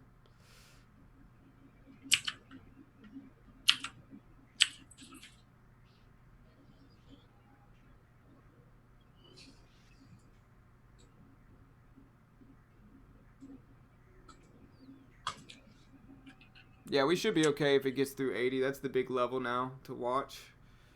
Um, it has that No support bounce at for 80. me on MBEV.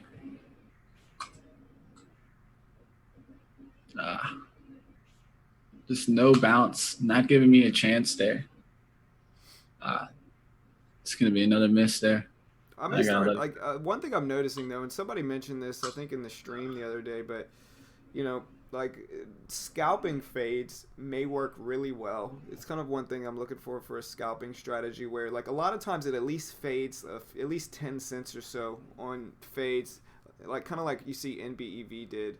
And so that scalping strategy might be viable. I might have to start back testing that just to see how accurate that is.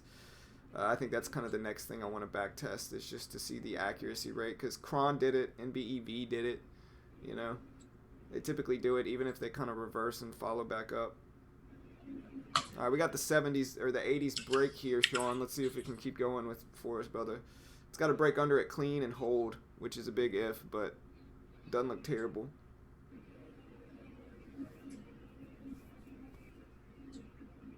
Right, man. I'm telling you, if it's one of those things where it's like this is kind of how people start back testing. Is like they notice kind of a thing that happens consistently in the market, and then they back test it to see the accuracy rate. It's something I'm definitely going to start doing. We'll see how well it works out, though. All right, we're down to 78. Let's see that resistance hold there now where that previous support was at 1080. Goal is 1065, obviously, for that previous low of the day. We'll see if we get there.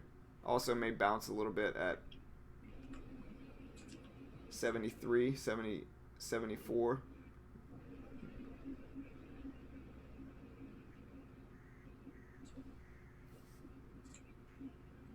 Nice, Louis. Nice work, brother. All right, we got down to 76.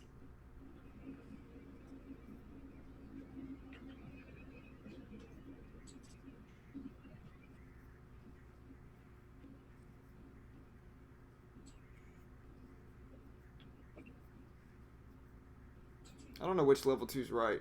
Think or swim. All right, I'm going to take half off here at 74 and just let the rest work. Try to get a bigger move on Cron. Just depends. If you're wondering why I took profits there, you can see this support here at 74 or so. And so I can let the rest work.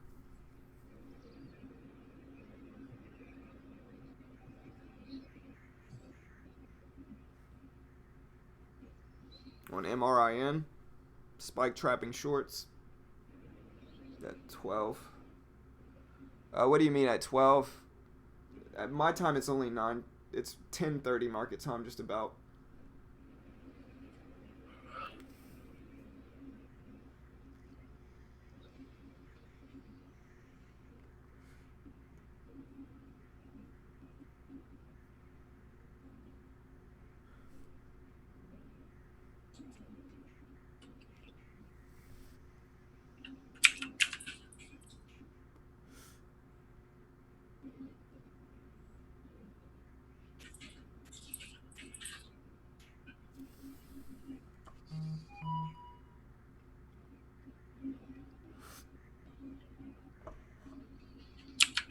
Yes, Peter. It's most likely not Tefts. It's probably Thinkorswim. Thinkorswim historically has had um, a little bit more laggy of a platform. Thinkorswim generally kind of has weird spread sometimes, weird level 2. And so it's typically Thinkorswim. I love the platform and I love the charts, but they're kind of known for having a little bit of a laggier platform. Yeah, see, this is exactly why I took a little bit of profit there, is because if you look at the chart, that makes sense where for it to bounce at about 75, 74. There's MRIN there with that spike that I was expecting, trapping shorts and ripping through it. Hey, Look at appreciate that it, rip. Sean. Yeah, I mean, that's what I'm saying. Like, if I always talk about the evolution of the trade. If you look at where this thing might bounce, it might have bounced at 74, and pretty spot on with that first profit I took. Now it's just about what I want to do with these last little shares. spot on MRIN. I hope somebody was listening to me out there. That thing's already up there, just ripped out, probably 80 cents. Hope nobody was shorting that one. That thing just shredded.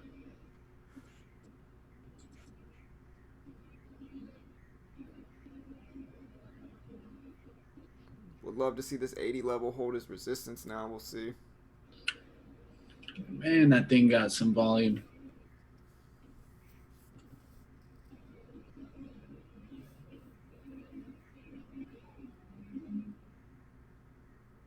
Which spread is in favor of the trader, TradeNet, or Thinkorswim?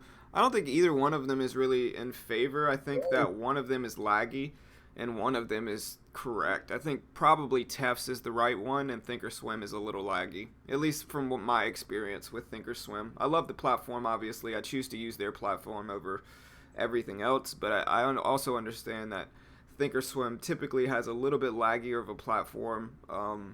They have a little bit more problems with their platform on Thinkorswim, and so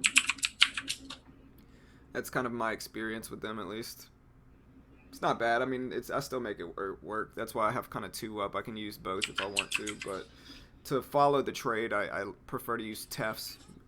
One, because it's the executing broker I'm using, but two, because Thinkorswim has been historically a little bit more laggy.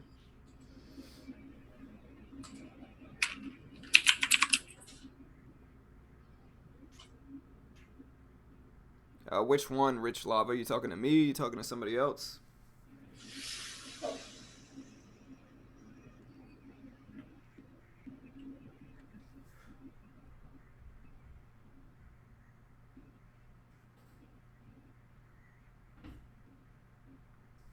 Kron testing that 80-cent level again, at 1080. At this point, though, I mean, I'm pretty comfortable in the trade. No matter what, it'll be a green trade. It's just about whether it breaks me out. I'll probably get out break even on the rest if it continues to work. Yep. It kind of really screwed myself, never giving myself a chance to come back here. No hesitation there in the 20s on MBEV, giving me not an opportunity to get in here and trying to tackle down this stock. If it break down 6, it could get down all the way down to 80s, and that's more than enough reward. Just not taking the trade, and now in watching mode. Yeah, for sure. I know you can change, like, if you are using Thinkorswim like me, if you go to Setup, Application Settings, and System, you can change the quote speed from real time to 1 second delayed. You can change it to fit what you're looking for, but generally at home it's okay, but I think even if you do that, it's still going to get a little weird. Yeah, so it went right down to that 1074 level where I talked about earlier, and then it bounced.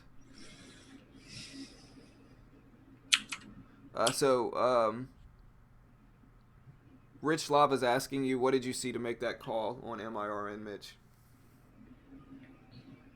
It's just a bunch of trap shorts. A lot of times when you see this extension and you look at the 5-minute and you're really not getting that pure move down, one of the key things is you're seeing kind of that spike, that range building. And whenever you see that range building, you kind of can tell that this stock being up so much on the daily chart and not getting past the lows of yesterday, just holding up there. You saw the traders kind of get short on that last move to $8. There was already people short at the VWAP. When it came back down, I just felt like it was holding levels way too well in the 750 area and looking to bounce back up towards that 8. That 8 would be that third resistance try. And after that breakout, you can get that move to the resistance. Definitely saw it. Didn't see it when it happened, but there had to have been some big orders that stepped in at 750 and 755. Somewhere in that area, someone tackled this stock. There you go. Seeing weakness in the weed stocks. Probably going to get hit right here. Hopefully so. Yeah. I'm holding Kron still. Small share size, though. But, hey, nice work, Sean. Nice work, brother. About to call it a day. It's just not looking good for me. it's at the point where just want to take a trade. Yeah, Been sometimes it's missing too best. many entries. Sometimes it's best to just close it down, brother. I know if I sit in front of the screen all day, people ask me why I don't stream all day. The reason why is because if I sit in front of the charts all day, I'm gonna get in another trade, and sometimes that's not the best thing. I'm using Thinkorswim for charts, IBI, and TEFS, which is TradeNet for my executing broker.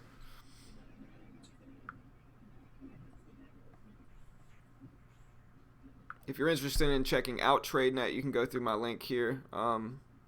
They have their Christmas sale going on, so I think with my link it's 25% off, I think, but still a pretty good cheap deal. I make a commission from it, so maybe I'm biased, but if you want to check out the broker I'm using, you can go through that link I just posted. All right. I'm short here off of 77s here for DVAX. Got to stay really tight here. Want this to get back below VWAP here. It's already under VWAP, at least on my chart. Not on my chart. Oh, I think our charts may be different, man. Yeah, my chart has it right below it at 70. Look at the screen. Mine's at 80. That's weird. That is weird. Maybe I'm on a different computer and my VWAP's different. I don't know, man. That is strange. It's strange. Yeah, it's weird. I am short there at 71. Gonna risk off that 77. About 6 cent risk. Looking for this first move down to 60s or 58. Yeah, so, I mean, from what I hear, TradeNet pays out. So we have a member of our classes, Casey, and Casey actually just tested a withdrawal from TradeNet. And so he put in the request on the 10th of December and received his payout on the 19th, so 2 days ago. And so if he received his payout. I've never heard of anybody not receiving theirs, honestly. But yeah, I mean, they're not the perfect broker. They have their flaws for sure. It's just about what you're trying to, do with them. But I've never heard of anybody not getting paid. Okay, so yours is at 82. It may be a little different, man.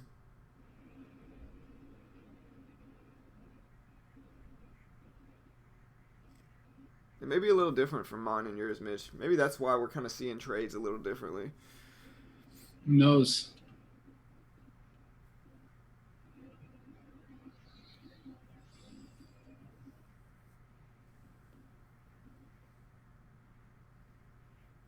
Alright, so I'm letting Cron test here. It's kind of consolidating. It's at 71. Still looks weak, but whether it's going to get down to that 65 level, we shall see. MBV getting to the 6s. You should get your confirmation really soon. No, there's no PDT rule for TradeNet.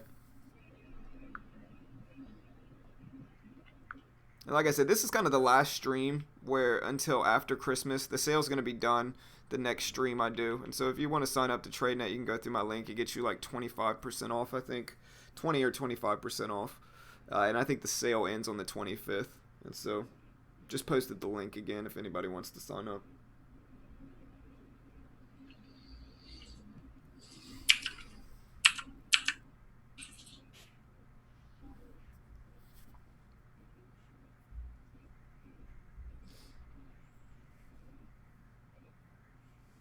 Alright, we're getting another squeeze here on Cron. If it breaks 80 now, I'll probably jump out of this one. Maybe let it go to, what is this, 83.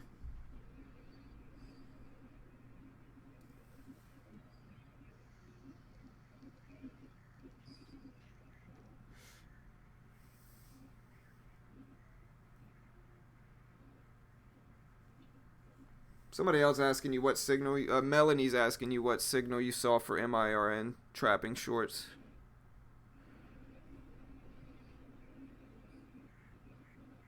AMD getting hit here. That's a nice little VWAP rejection there for AMD. I guess you could call that a fade or a rejection. I don't know.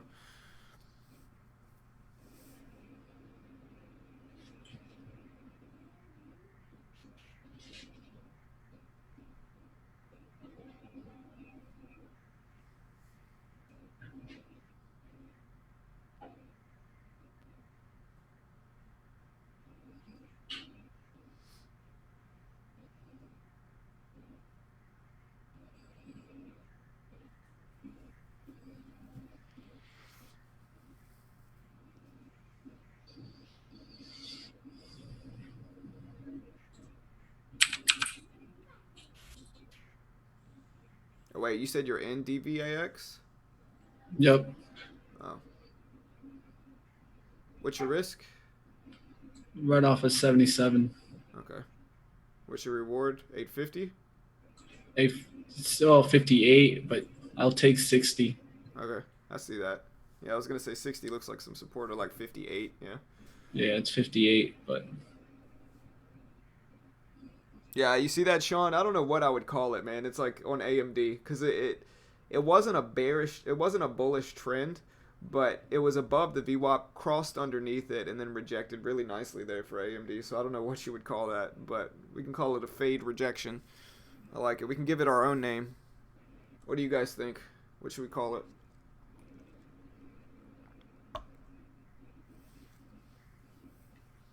All right, Cron testing that 1070 level again.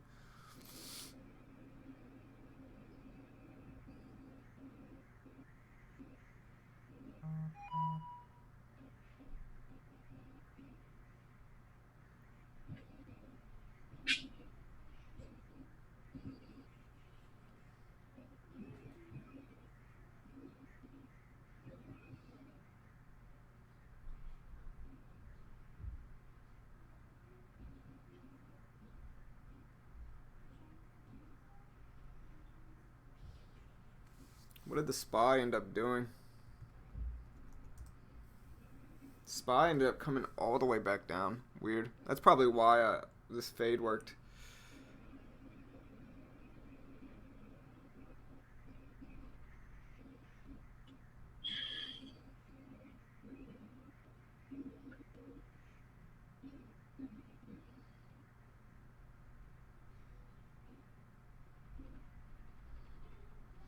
If I got out of Cron right now, it'd probably be if it broke back over this 1080 level right here at 1083 or so. Like that's letting it test that 1080 previous support, which should be resistance now, and also letting it kind of get up to this previous high right here at 1083. That's kind of where I'm looking at now. Goal is down to 1065 for that previous low of the day. Maybe let it test there, see if it's actually going to break or not.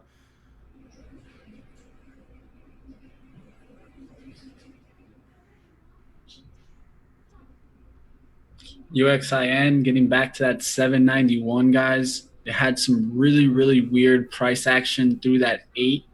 I think it faked out a lot of people on the long side, broke all those stops that were below it, and now is approaching. Look for that really big buyer to step in again at 8, and this could really get some lift. So Sean's saying, will we continue to conduct classes over the next few days? Well, I mean, we're not going to have classes on Christmas Eve and on Christmas. We'll probably start classes back up Wednesday and have to do a few makeup classes after that. But we'll be doing some makeup classes for sure, I think, next week. Just we're still going to be taking Christmas off and Christmas Eve off just because I got to do stuff with kids and family and stuff. But yeah, brother, we'd love to have you sign up, man.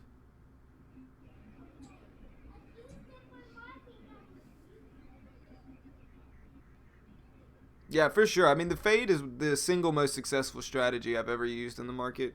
Easily the best strategy I've ever used. It's just, it had a really high accuracy rate when I back tested it. And, you know, the thing about the classes, though, Sean, is that it's not just like the strategy. Like, really, like, we go over back testing, which I think is probably one of the best classes. Back testing and risk reward are the two classes that I think are probably the most beneficial for traders. Just because, you know, it kind of shows that if you learn how to backtest a strategy and a setup, then you can do it yourself, and you can test a strategy out yourself without having to rely on somebody else to do it. And so I think it's a really beneficial class. All right, we're getting that crack under 1070, which is what I was looking for with Cron. Like I said, next goal is 1065. I'll probably take the rest off at 1065, see if we can get that move down. All right, guys, I'm starting to get a little down move below the VWAP. I'm putting an order out here to cover some at 860 here. I would cover just a little bit under half of it. I'm going to do about 200 shares at that 860. Looks good. Just needs a volume confirmation, some volume to come back in and try to test this low. For sure. Yeah, I mean, and also that, Sean, like, you get the live classes and everything like that, but you also get the backlog of all our old classes, which at this point is like 40 something, you know? So you get like all our old classes. It's like 40 plus hours of stuff.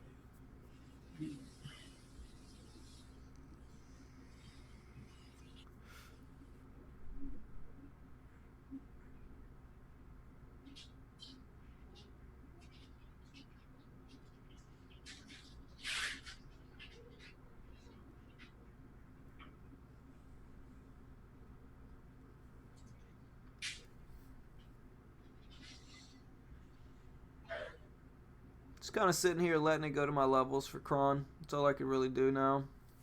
I know my levels. MRN, MRIN is just really getting that lift there. UXIN get into that spot I was talking about. Here comes that 8. Let's see what happens to it. Yeah, that honestly, two nice little bounces off the VWAP there. There you go. That looks good. I just got some volume on the short side on the bid there, 65s. Let's see if it goes ahead and follows through. Comes down to that 50 or 60 level here. That's what we want to see happen here. Yeah, we're getting some rebounding here. May take off Kron soon. It just depends.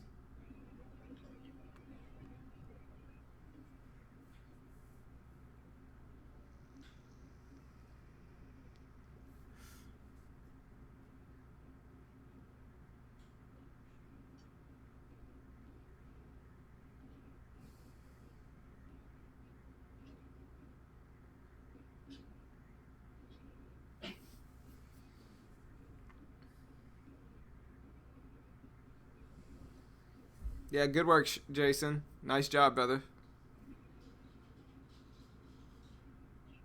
Nice trade.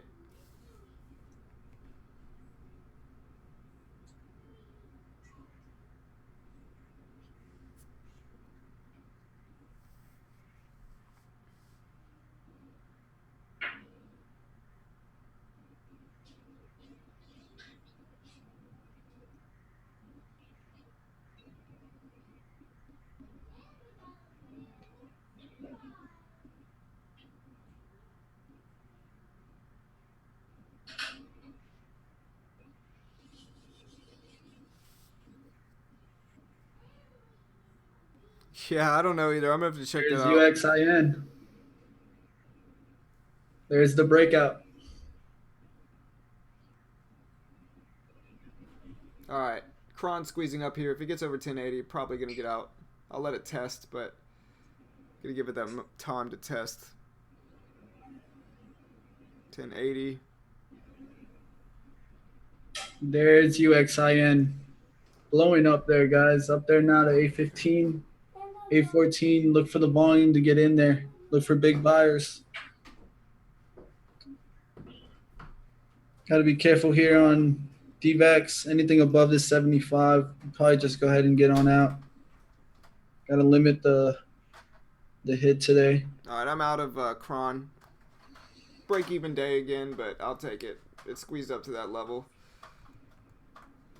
Never quite got down to 1065, but green trade took me back break even on the day, so I'll take a break even. That's 2 break even days in a row. 2 green days, 1 red. So 2 green days, 2 break even days, 1 red day this week. Not too bad. I'll take it.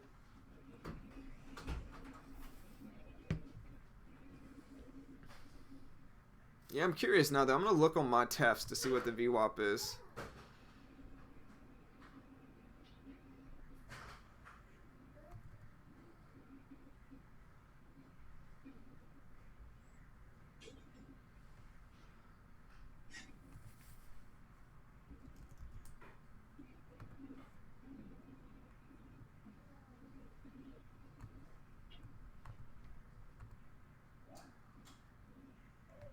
Alright, where'd it go?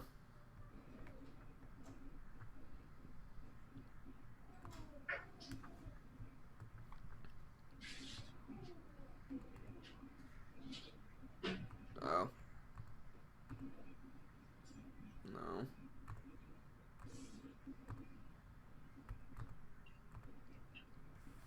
Alright, right, so on my TAFs, the VWAP is about at 268, 269.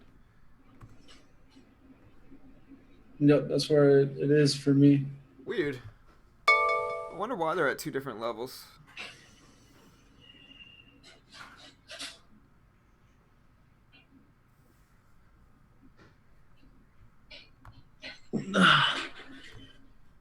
It's one of those days that you definitely got to go back and realize that, all the trades that I was looking in pre-market essentially came true.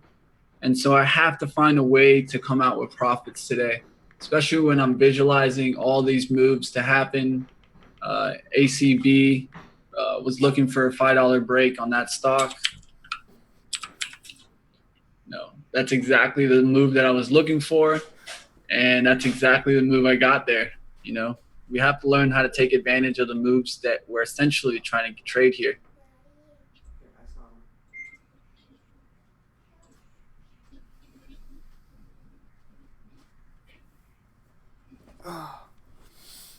Yeah, been kind of a break-even day for me. Break-even day yesterday. I still. Okay, well then you're gonna have to wait for her to finish, buddy. Okay, thank you. Yeah, I think I'm still probably down a little bit on the week, but kind of a break-even week. Nothing really substantial to worry about. It's just about hopefully we get some volume back. I seriously don't think the volume's gonna be great next week.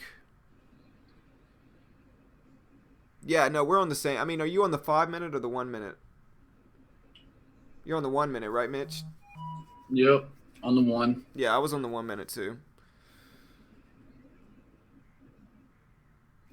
All right, I at least like that my wrist has now come defined. Oh, here, I can pull you up. Hold on. I think you're sharing screen. I'd have to stop and share here. Let's stop it. Here. I stopped it. There you go. You should see my screen now. Yeah. Can everybody see Mitch good here? Yep. Should be able to see Mitch up now.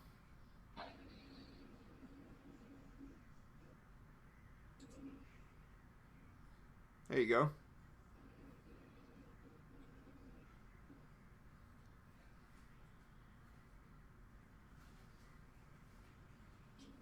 We need to see these this support here, break here, guys. 66. We need to get it below that 64. If we get it into the 60s, we'll be good in this kind of pattern here. We're still in the in-between. We still need to break down, get below this 64 so that we can really see this down move here. The 5-minute chart is kind of more along where I'm watching this stock, and that's what kind of keeps me in it, is the pattern on the 5-minute. And the pattern on the 5-minute has it going to that 60, and then after that, that 50. So that's what I'm looking for here, guys. I'm looking to tackle this stock here. Let's see if it, just kind of fulfills. We don't take trades because we think we're going to win or lose on them. We take trades because they match a strategy and they have a trigger. And with that trigger, you take it. Yeah. I think the thing you got to look at for this one is the spread as well. It's a little spready. Oh, it's spready, all right. It's one of those that the only reason I'm taking it is because the risk is defined. Yeah, for even sure. a spike would probably be maximum 880s.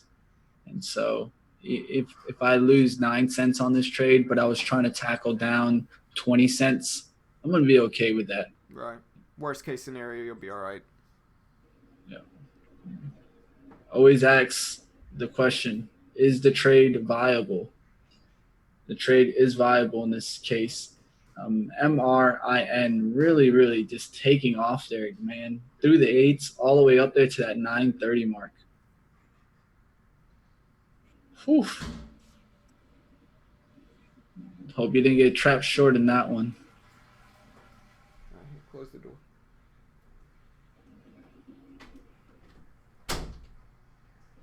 Would love to see these 67s break, come down to the 61s.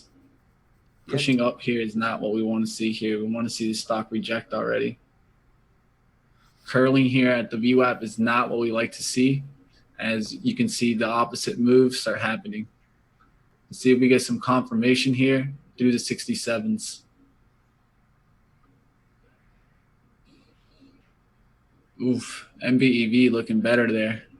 I don't know how Kron is looking, but Yeah, it's looking like MBEV is going to crack through those sixes. yeah. I mean, I took NBEV earlier. It would have stopped me out though. I'm trying to think of what the original risk I gave myself because I know I changed the risk mid trade, which might have been my mistake. And so I'm trying to think of what the original risk I gave myself was for NBEV. I feel like it was right around where it went, probably.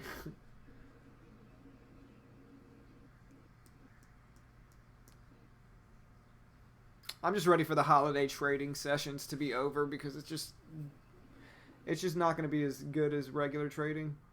How's Yep, January historically for trading? Isn't January pretty good? it's pretty good. There goes MBEV pushing on that six. Think you're going to get that six break here. Then a move towards that 586, 590s.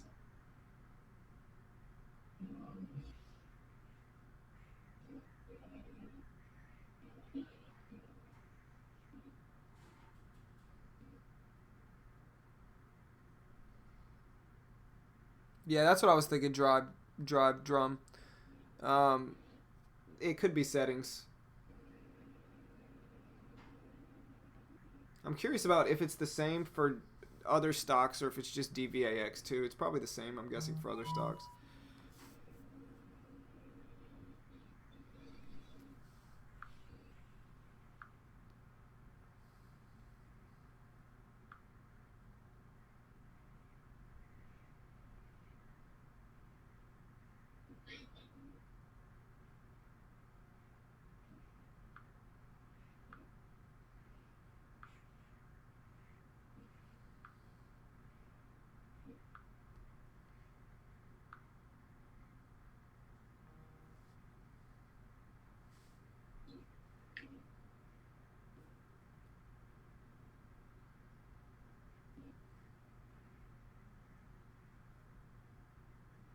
This is the problem when you get into a low kind of moving stock, low volume, get stuck watching.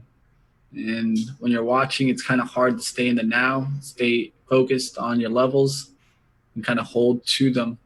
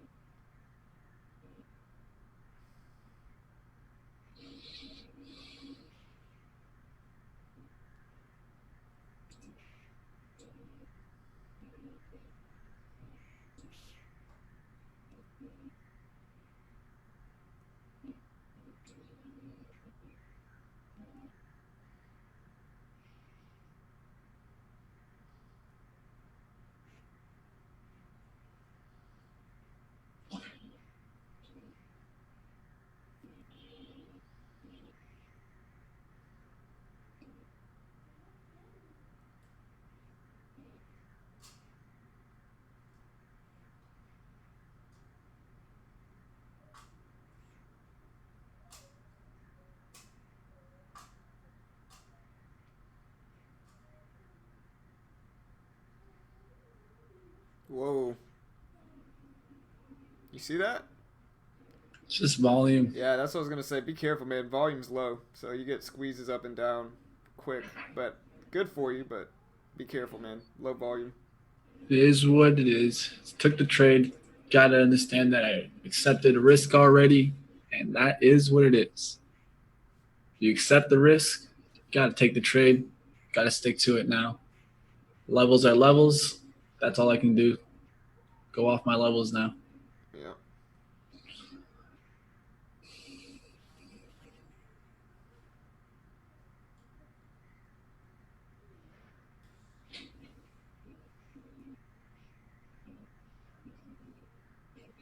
This next 5 minute candle, it's going to tell me a lot. I want it to open up at 67 or below here.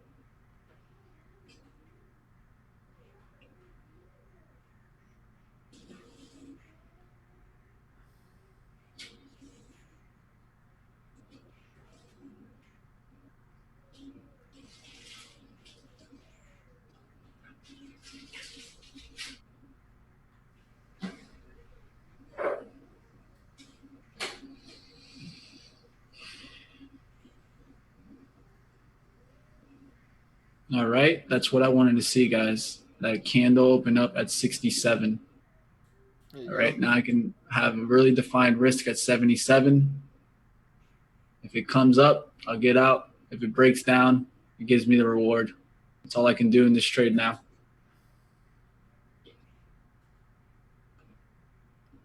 You have a defined risk where at 77, you mean?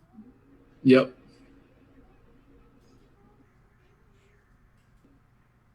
There's 65s showing up for a second there, guys. Let's see if we can get some shares that get it right back down to that 65 area.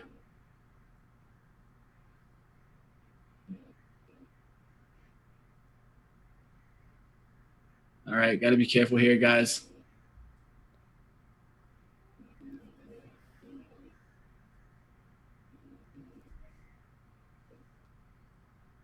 Hasn't broke the support in a while here.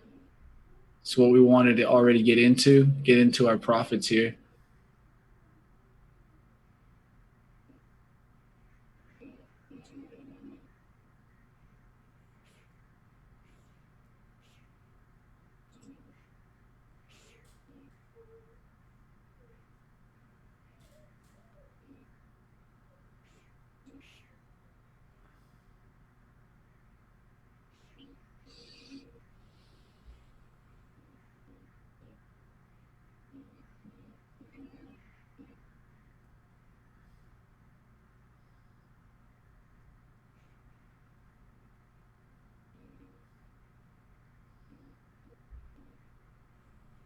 There you go. Needs to crack those 64s.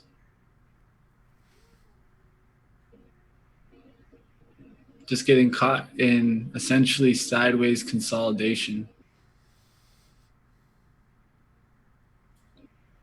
Yeah, shout out to Eric again today, man, for that $5 donation. Appreciate it, brother.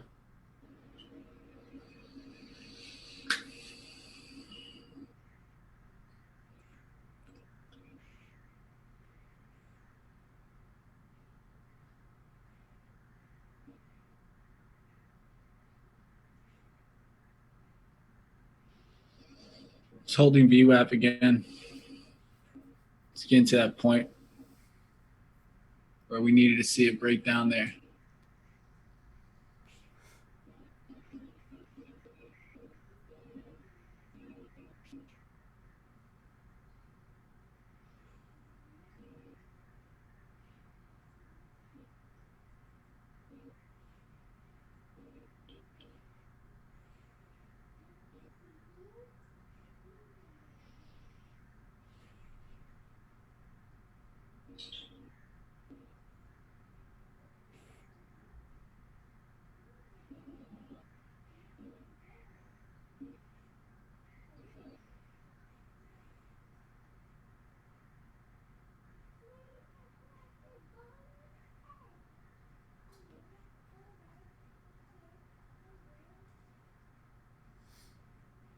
All right, so let's try to, while you're in this trade, let's try to kill a little bit of time. Who do y'all have, Jones or Gustafson?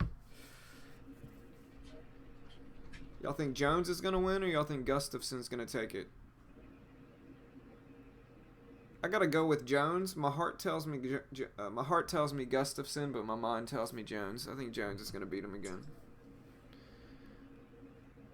Who else is fighting that night? Let's talk about it.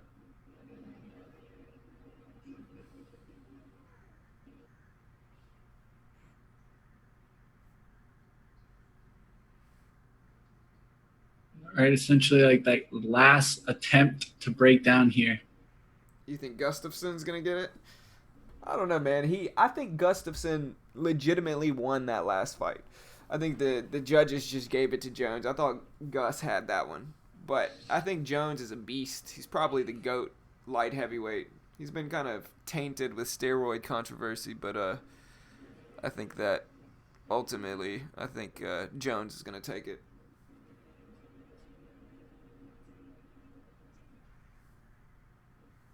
There you go. There's 69. See if we can hold now.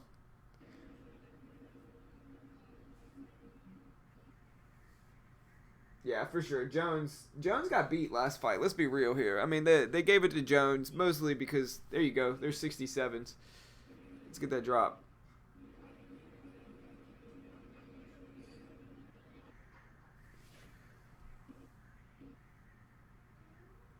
Yeah, for sure. I don't know. I think Gus is a beast. I think Jones is probably. I think chances of Jones winning are probably like 85%. I think Gus might have 15% in him. I don't think he's going to take it this time. I want to see Jones up at heavyweight, though. Sorry, Mitch. Oh, no, you're good, bro. Just killing I'm time. just letting the trade work.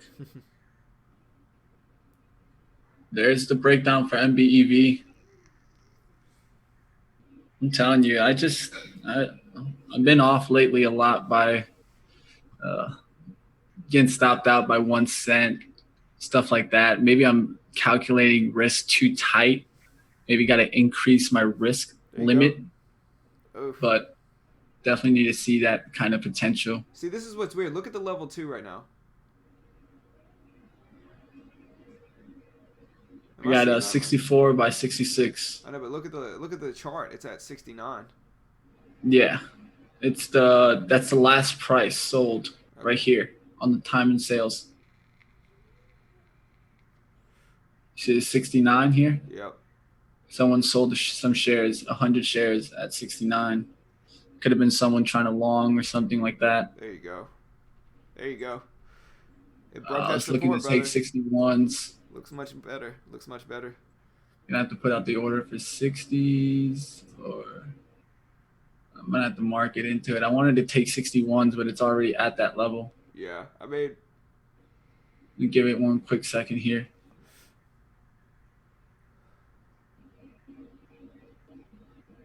yeah, I'm not like opposed to you taking profits here. Eh? I think it'll help you worry a little bit less about a squeeze if it does happen. There's 60s on the bid.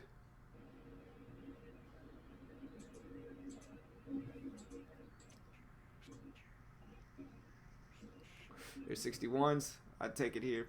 But I mean, I don't know. Do what you do, man. I don't want to influence your decision. There you go. I took 200 there to pay myself. Nice. Let myself work the trade now, guys.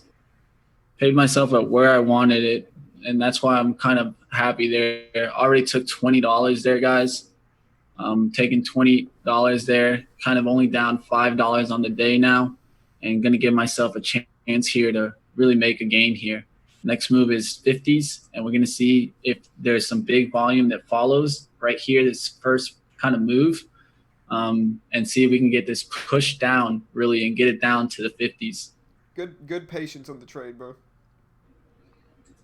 Yeah, it wasn't the easiest trade, but yeah, the volume is a little scary, but yeah, good patience, brother. Good work. Yeah, I did my research. I already read the catalyst on this stock. I read what happened. It has bad earnings.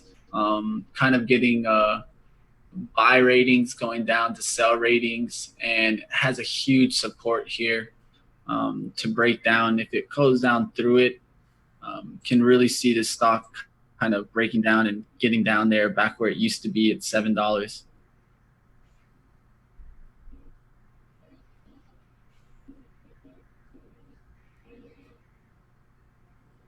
If you look on the 5-minute, you'll kind of see a lot more of the pattern that I was trying to trade here.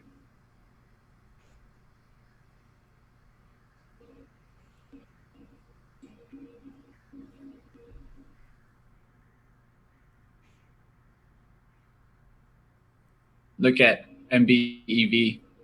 That was a good one, man. That thing's already down to 586.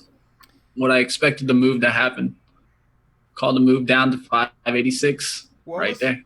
What was the top of the move? You see the first fade it made today? What was the top of that move? The first fade, or the first one was 46, that one? I don't know. I can't look at my chart. Hold on. I could pull it up. Hold on 1 second. I'm going to have to minimize you for a second. The first one was, the opening one was 40 something. Then when you got in was 610 or 612, something like that. Because I'm trying to think of where I gave myself risk. I think I gave myself a risk of 24, and it touched that level. It would have been nice, but it would have been longer term, but it would have worked out here.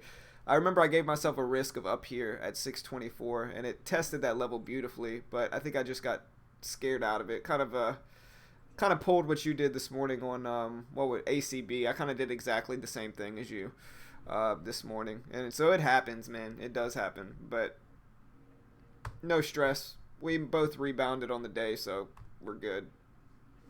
Yep, that's how it is. I mean, at the end of the day, I think sometimes I've been getting too tight with my risk. Too tight, meaning that I'm essentially not giving it to the important levels of the stock. I'm trying to be generic and hold myself to, like, let's say $50 on the risk side or $25 on the risk side. And that's not the way we got to trade, guys. If we're really going to execute, we got to use the chart. We got to use the chart.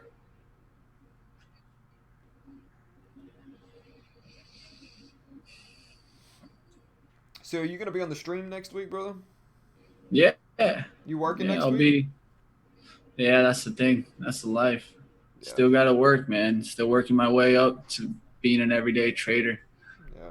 It'll be the day soon, but for right now, got to stay working. I'll have Christmas off, but that's about it. You got Christmas Eve off? Nope. I'll be working in the morning. Oh, that sucks. Yeah, I'm surprised the market's open on Christmas Eve. It's actually open until 1. So I'm actually pretty surprised. I wasn't expecting to trade, but I guess I will. Gonna be a shorter stream on Christmas Eve, but I'm still gonna do it. Gotta give our fans what they want, brother. Definitely. You know. Gonna let this stock work here just to give it a chance to break down for real. Yeah.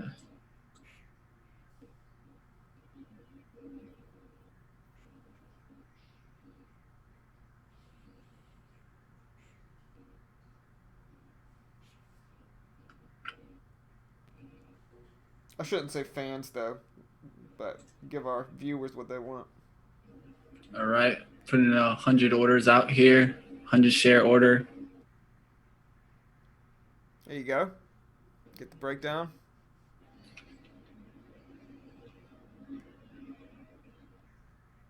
It's still kind of these two trades, both you and I did. It kind of shows like the importance of risk and reward.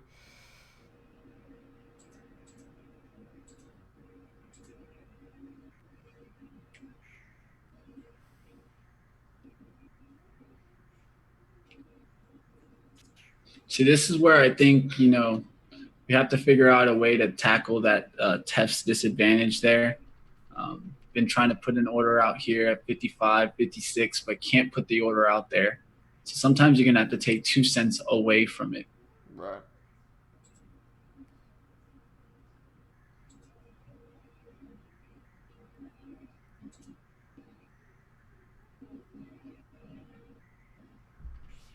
All right. Paid myself 100 there or more at 56, guys. Good work. Now I've made $36 on the day. I'm going to be green. Well, not $36 on the day, but $36 on the trade. I'm going to show you guys the account manager right here. You guys see this account manager here. Totals right now is 67. For the trade, it's 36 realized. Set yourself up with the right risk to reward, and you can get yourself back even when you're having a rough day. Yeah. As I was saying, these two trades from both you and I mean, I didn't get mine as good as you, but it kind of shows the importance of risk and reward. NBEV would have been a good trade, too. I set myself a risk right where it tested, so I got out right around the high. Or no, I didn't get out around the high, but I got out too early for sure. It happens, though. It's kind of been a weird week, at least for my trading.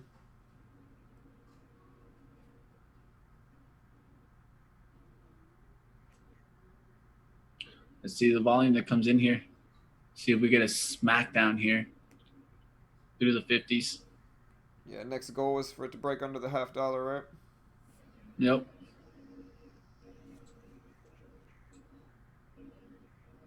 We got that move down to the support here.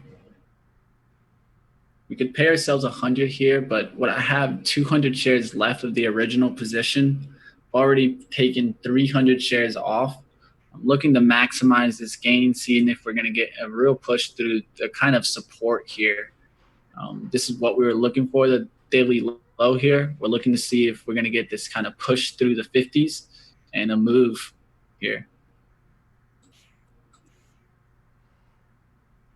See kind of the bigger pattern that I'm kind of chasing here is on a 15-minute. If you go actually on the 15-minute, you're going to be able to see a really nice downtrend here. Have you seen my chart? Yeah. All right, so this gives us an ability to hold to that 72 mark that we have right now. We see this low right here. I'm going to zoom in a little bit more so you can understand this. This is how you use bigger time frames to use multi-time frame trades. Kind of hold yourself in this trade. This looked good on a 5-minute, looked good on a 1-minute, finally looking good on a 15-minute. We're up here at this 871. We're going to go ahead and risk break even the rest. We're looking for this to break down through the support as we got in the down 1, up 1, down 2, up 2, down 3, a spike to resistance. Now we're going to hope that resistance holds right here, and we get this breakdown through the support, which is at 50 right now. These are the kind of things that we teach on in class, consistent basis, is learning kind of these chart patterns, setting yourself up with the right risk to reward. Like me and John and I always talk about, we're not kind of the experts here, but we definitely have understood kind of where we could start taking advantage here and really taking some nice gains here. All right, guys, going to look to take some more at 45 here. Good work. Well, look at that squeeze back up. That sucks. Yeah, that's 18,000 shares covering there. Yep, somebody was taking the same trade as you. Yep, covering there. That's what they're doing there. We're trying to see this breakdown come right back down to that 40.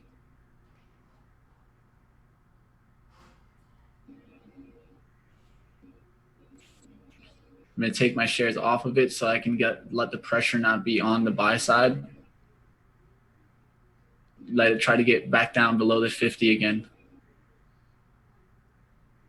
We saw some volume step in there, so you see that push. Let the push try to work there. Yeah, I mean it tried it. It could still feel that that wick too. But yeah, like we always say, like we're not experts or gurus or anything like that, but like a lot of times it's like psychology that we really go over and risk reward. There's three things. We go over psychology, which I think is a forgotten part. Risk and reward, which I think is crucial for trading, and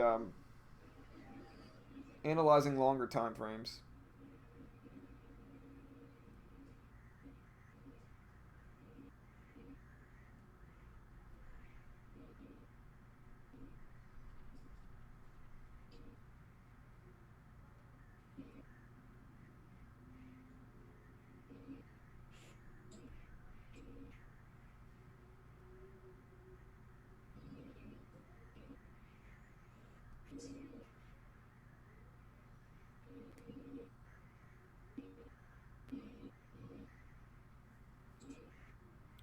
Battling out that $50, man. Let's see it. What's that? What moving average is that? The blue one? The 9. Okay. There's that move right there. I'm going to cancel this one right here. Look to take a half. There you go. Here. Boom. Secure that 48 there. I did want 45, but I can see it bouncing right there at this 48 mark, not getting down to this 44.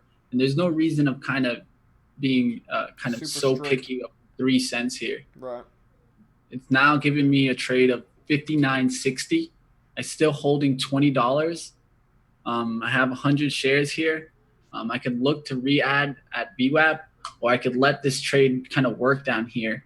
And what I'm trying to do is I'm looking at the 15-minute.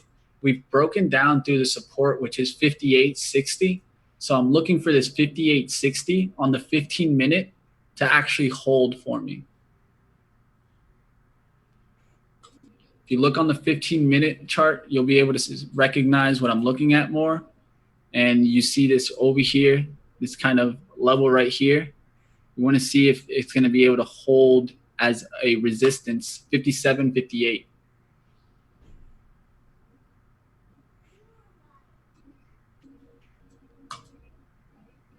Remember, we're all the way back at break even. We're going to try to hold to break even for the rest. We've paid ourselves enough that we're green on the trade, and that's what matters. We're trying to be green on the day, set ourselves up for this trade. Now we're up 59.60, unrealized 20, essentially 80 to 25 for the day. A down trade of 25, an up trade of 80. So yeah, you took back that loss earlier this week. Good work. Yep. For the week, looking like it's going to end a little bit up.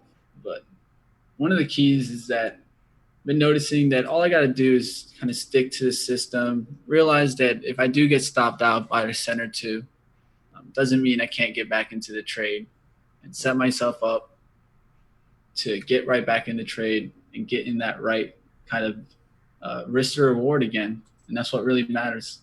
Yes, sir. UXIN, stock manipulation to the fullest. I wouldn't even trade that stock anymore. Hey, I'll be back, brother. All right, here's that bounce, kind of almost expecting that bounce to happen here. It's kind of normal for that bounce to happen as we reach down to a certain level where it just was way too past the extension.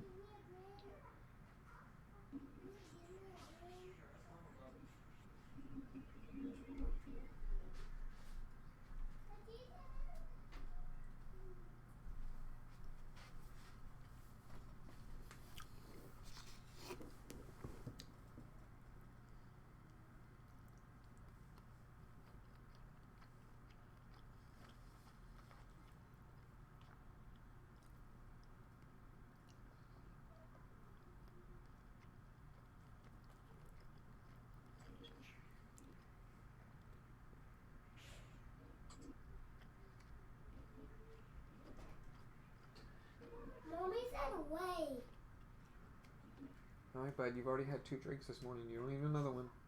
I want another one. It doesn't matter, bud. I want another one. Hey, you start fussing, I'm gonna take away your iPad today. But I wanted another one. It doesn't matter. I want another one. Hey, buddy, I'm working right now. But I want another one. Hey, bud, saying it over and over again is not gonna help, okay? All right, here, go in there. I'll be in there in a minute. Go in there.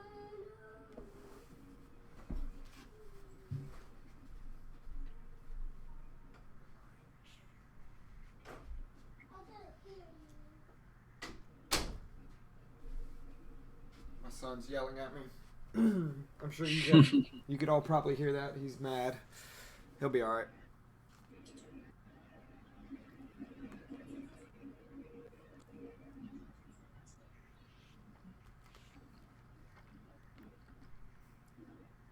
Oh, it's going to be interesting because I could already see it now. I could see a nice little bounce here for Kron back to the VWAP to 87. So it's going to be one of those that, one of the keys is kind of if you stick around and you do see your trigger, a lot of times you're going to take it.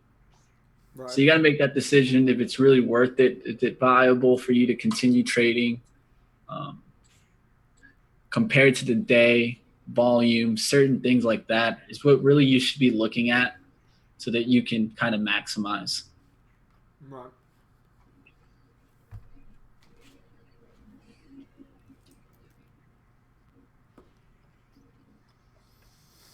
All right, let's see if we get another down push here.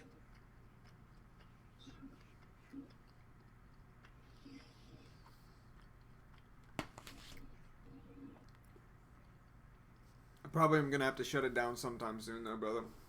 Yeah, definitely. I understand that completely. I got to get out of here too. Got to get back to work. So, when this trade work here? For Quapples, got that kind of bounce, another bounce, creating that resistance up there, that 57. Yep. Let's see if it gets above that, or if it's gonna tackle back down those 50s. I hope you feel better, Two-Way. Two-Way had the flu. I hate the flu, man. Oh, the flu blows. Yeah. Really, though, I haven't had the flu in about 3 years. All right, a curve back down to 53 here. This is why I took those 48s. Really gave me that ability to now just let it go.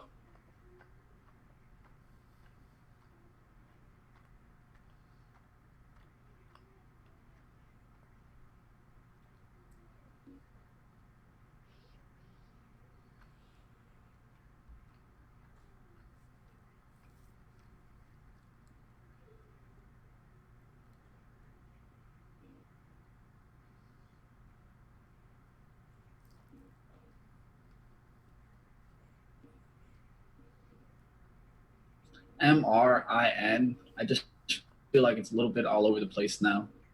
It's back up there to nines and not really following a strict pattern there.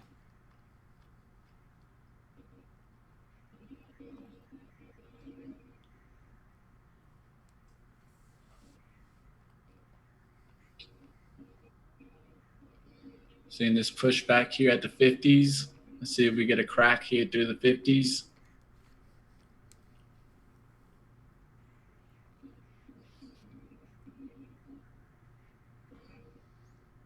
There we go.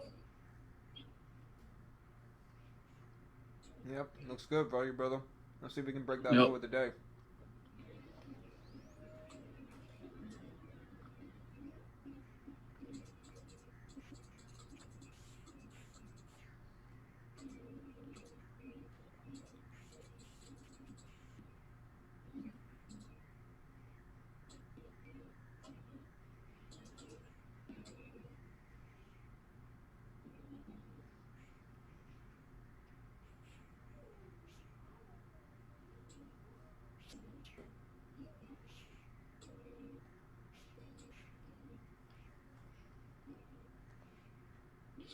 The only level I see after this is 827.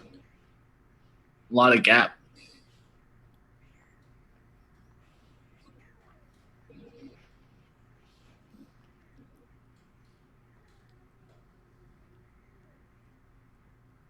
UXIN back underneath 8. Weird pattern there. Here comes those bounces for Cron. I feel like you might even get a bounce here for MBEV up to 611. ACB up to 495s. Going to get that kind of movement here.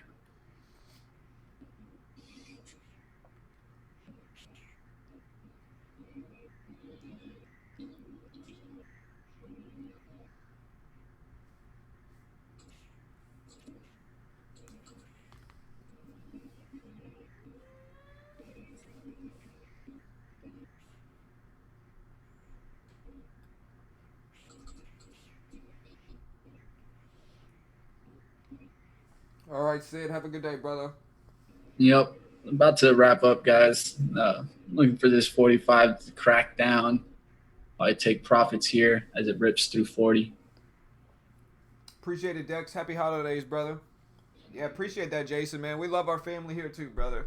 You know, we're glad that people can find value in us, you know. And so, really happy to have everybody here. It's a great community, it really is. Like, our whole thing is just transparency. You know what I mean? And you know, I think it's really helpful for a lot of traders, I think. So, happy to be here, man. Happy to help.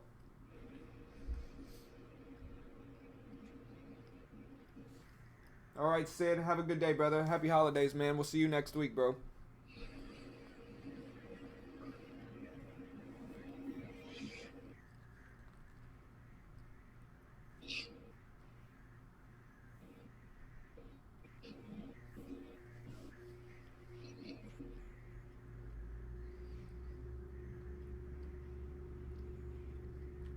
There you go. That was a nice little bit. Look at that. That wick just disappeared.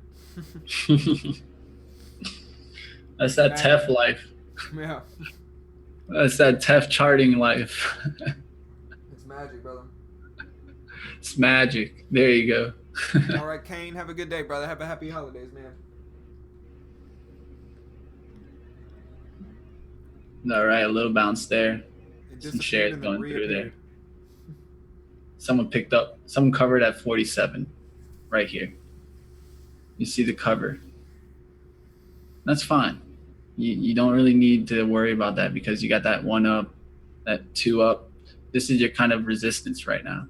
Well, We know there's a resistance that's 87, but for right now, this is acting as the resistance. yep. It's 855. All right, Missouri. Later, brother. Have a happy holidays, man. Y'all be safe. Trying to make a move again.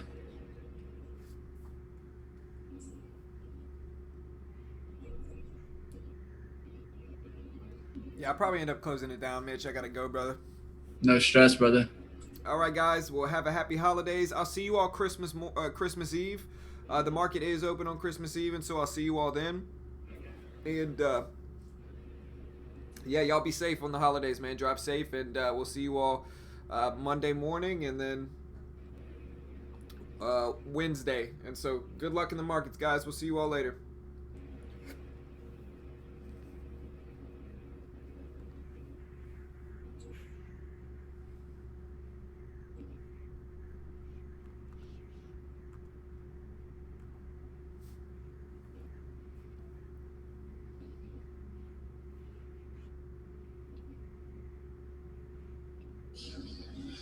See you later, brother.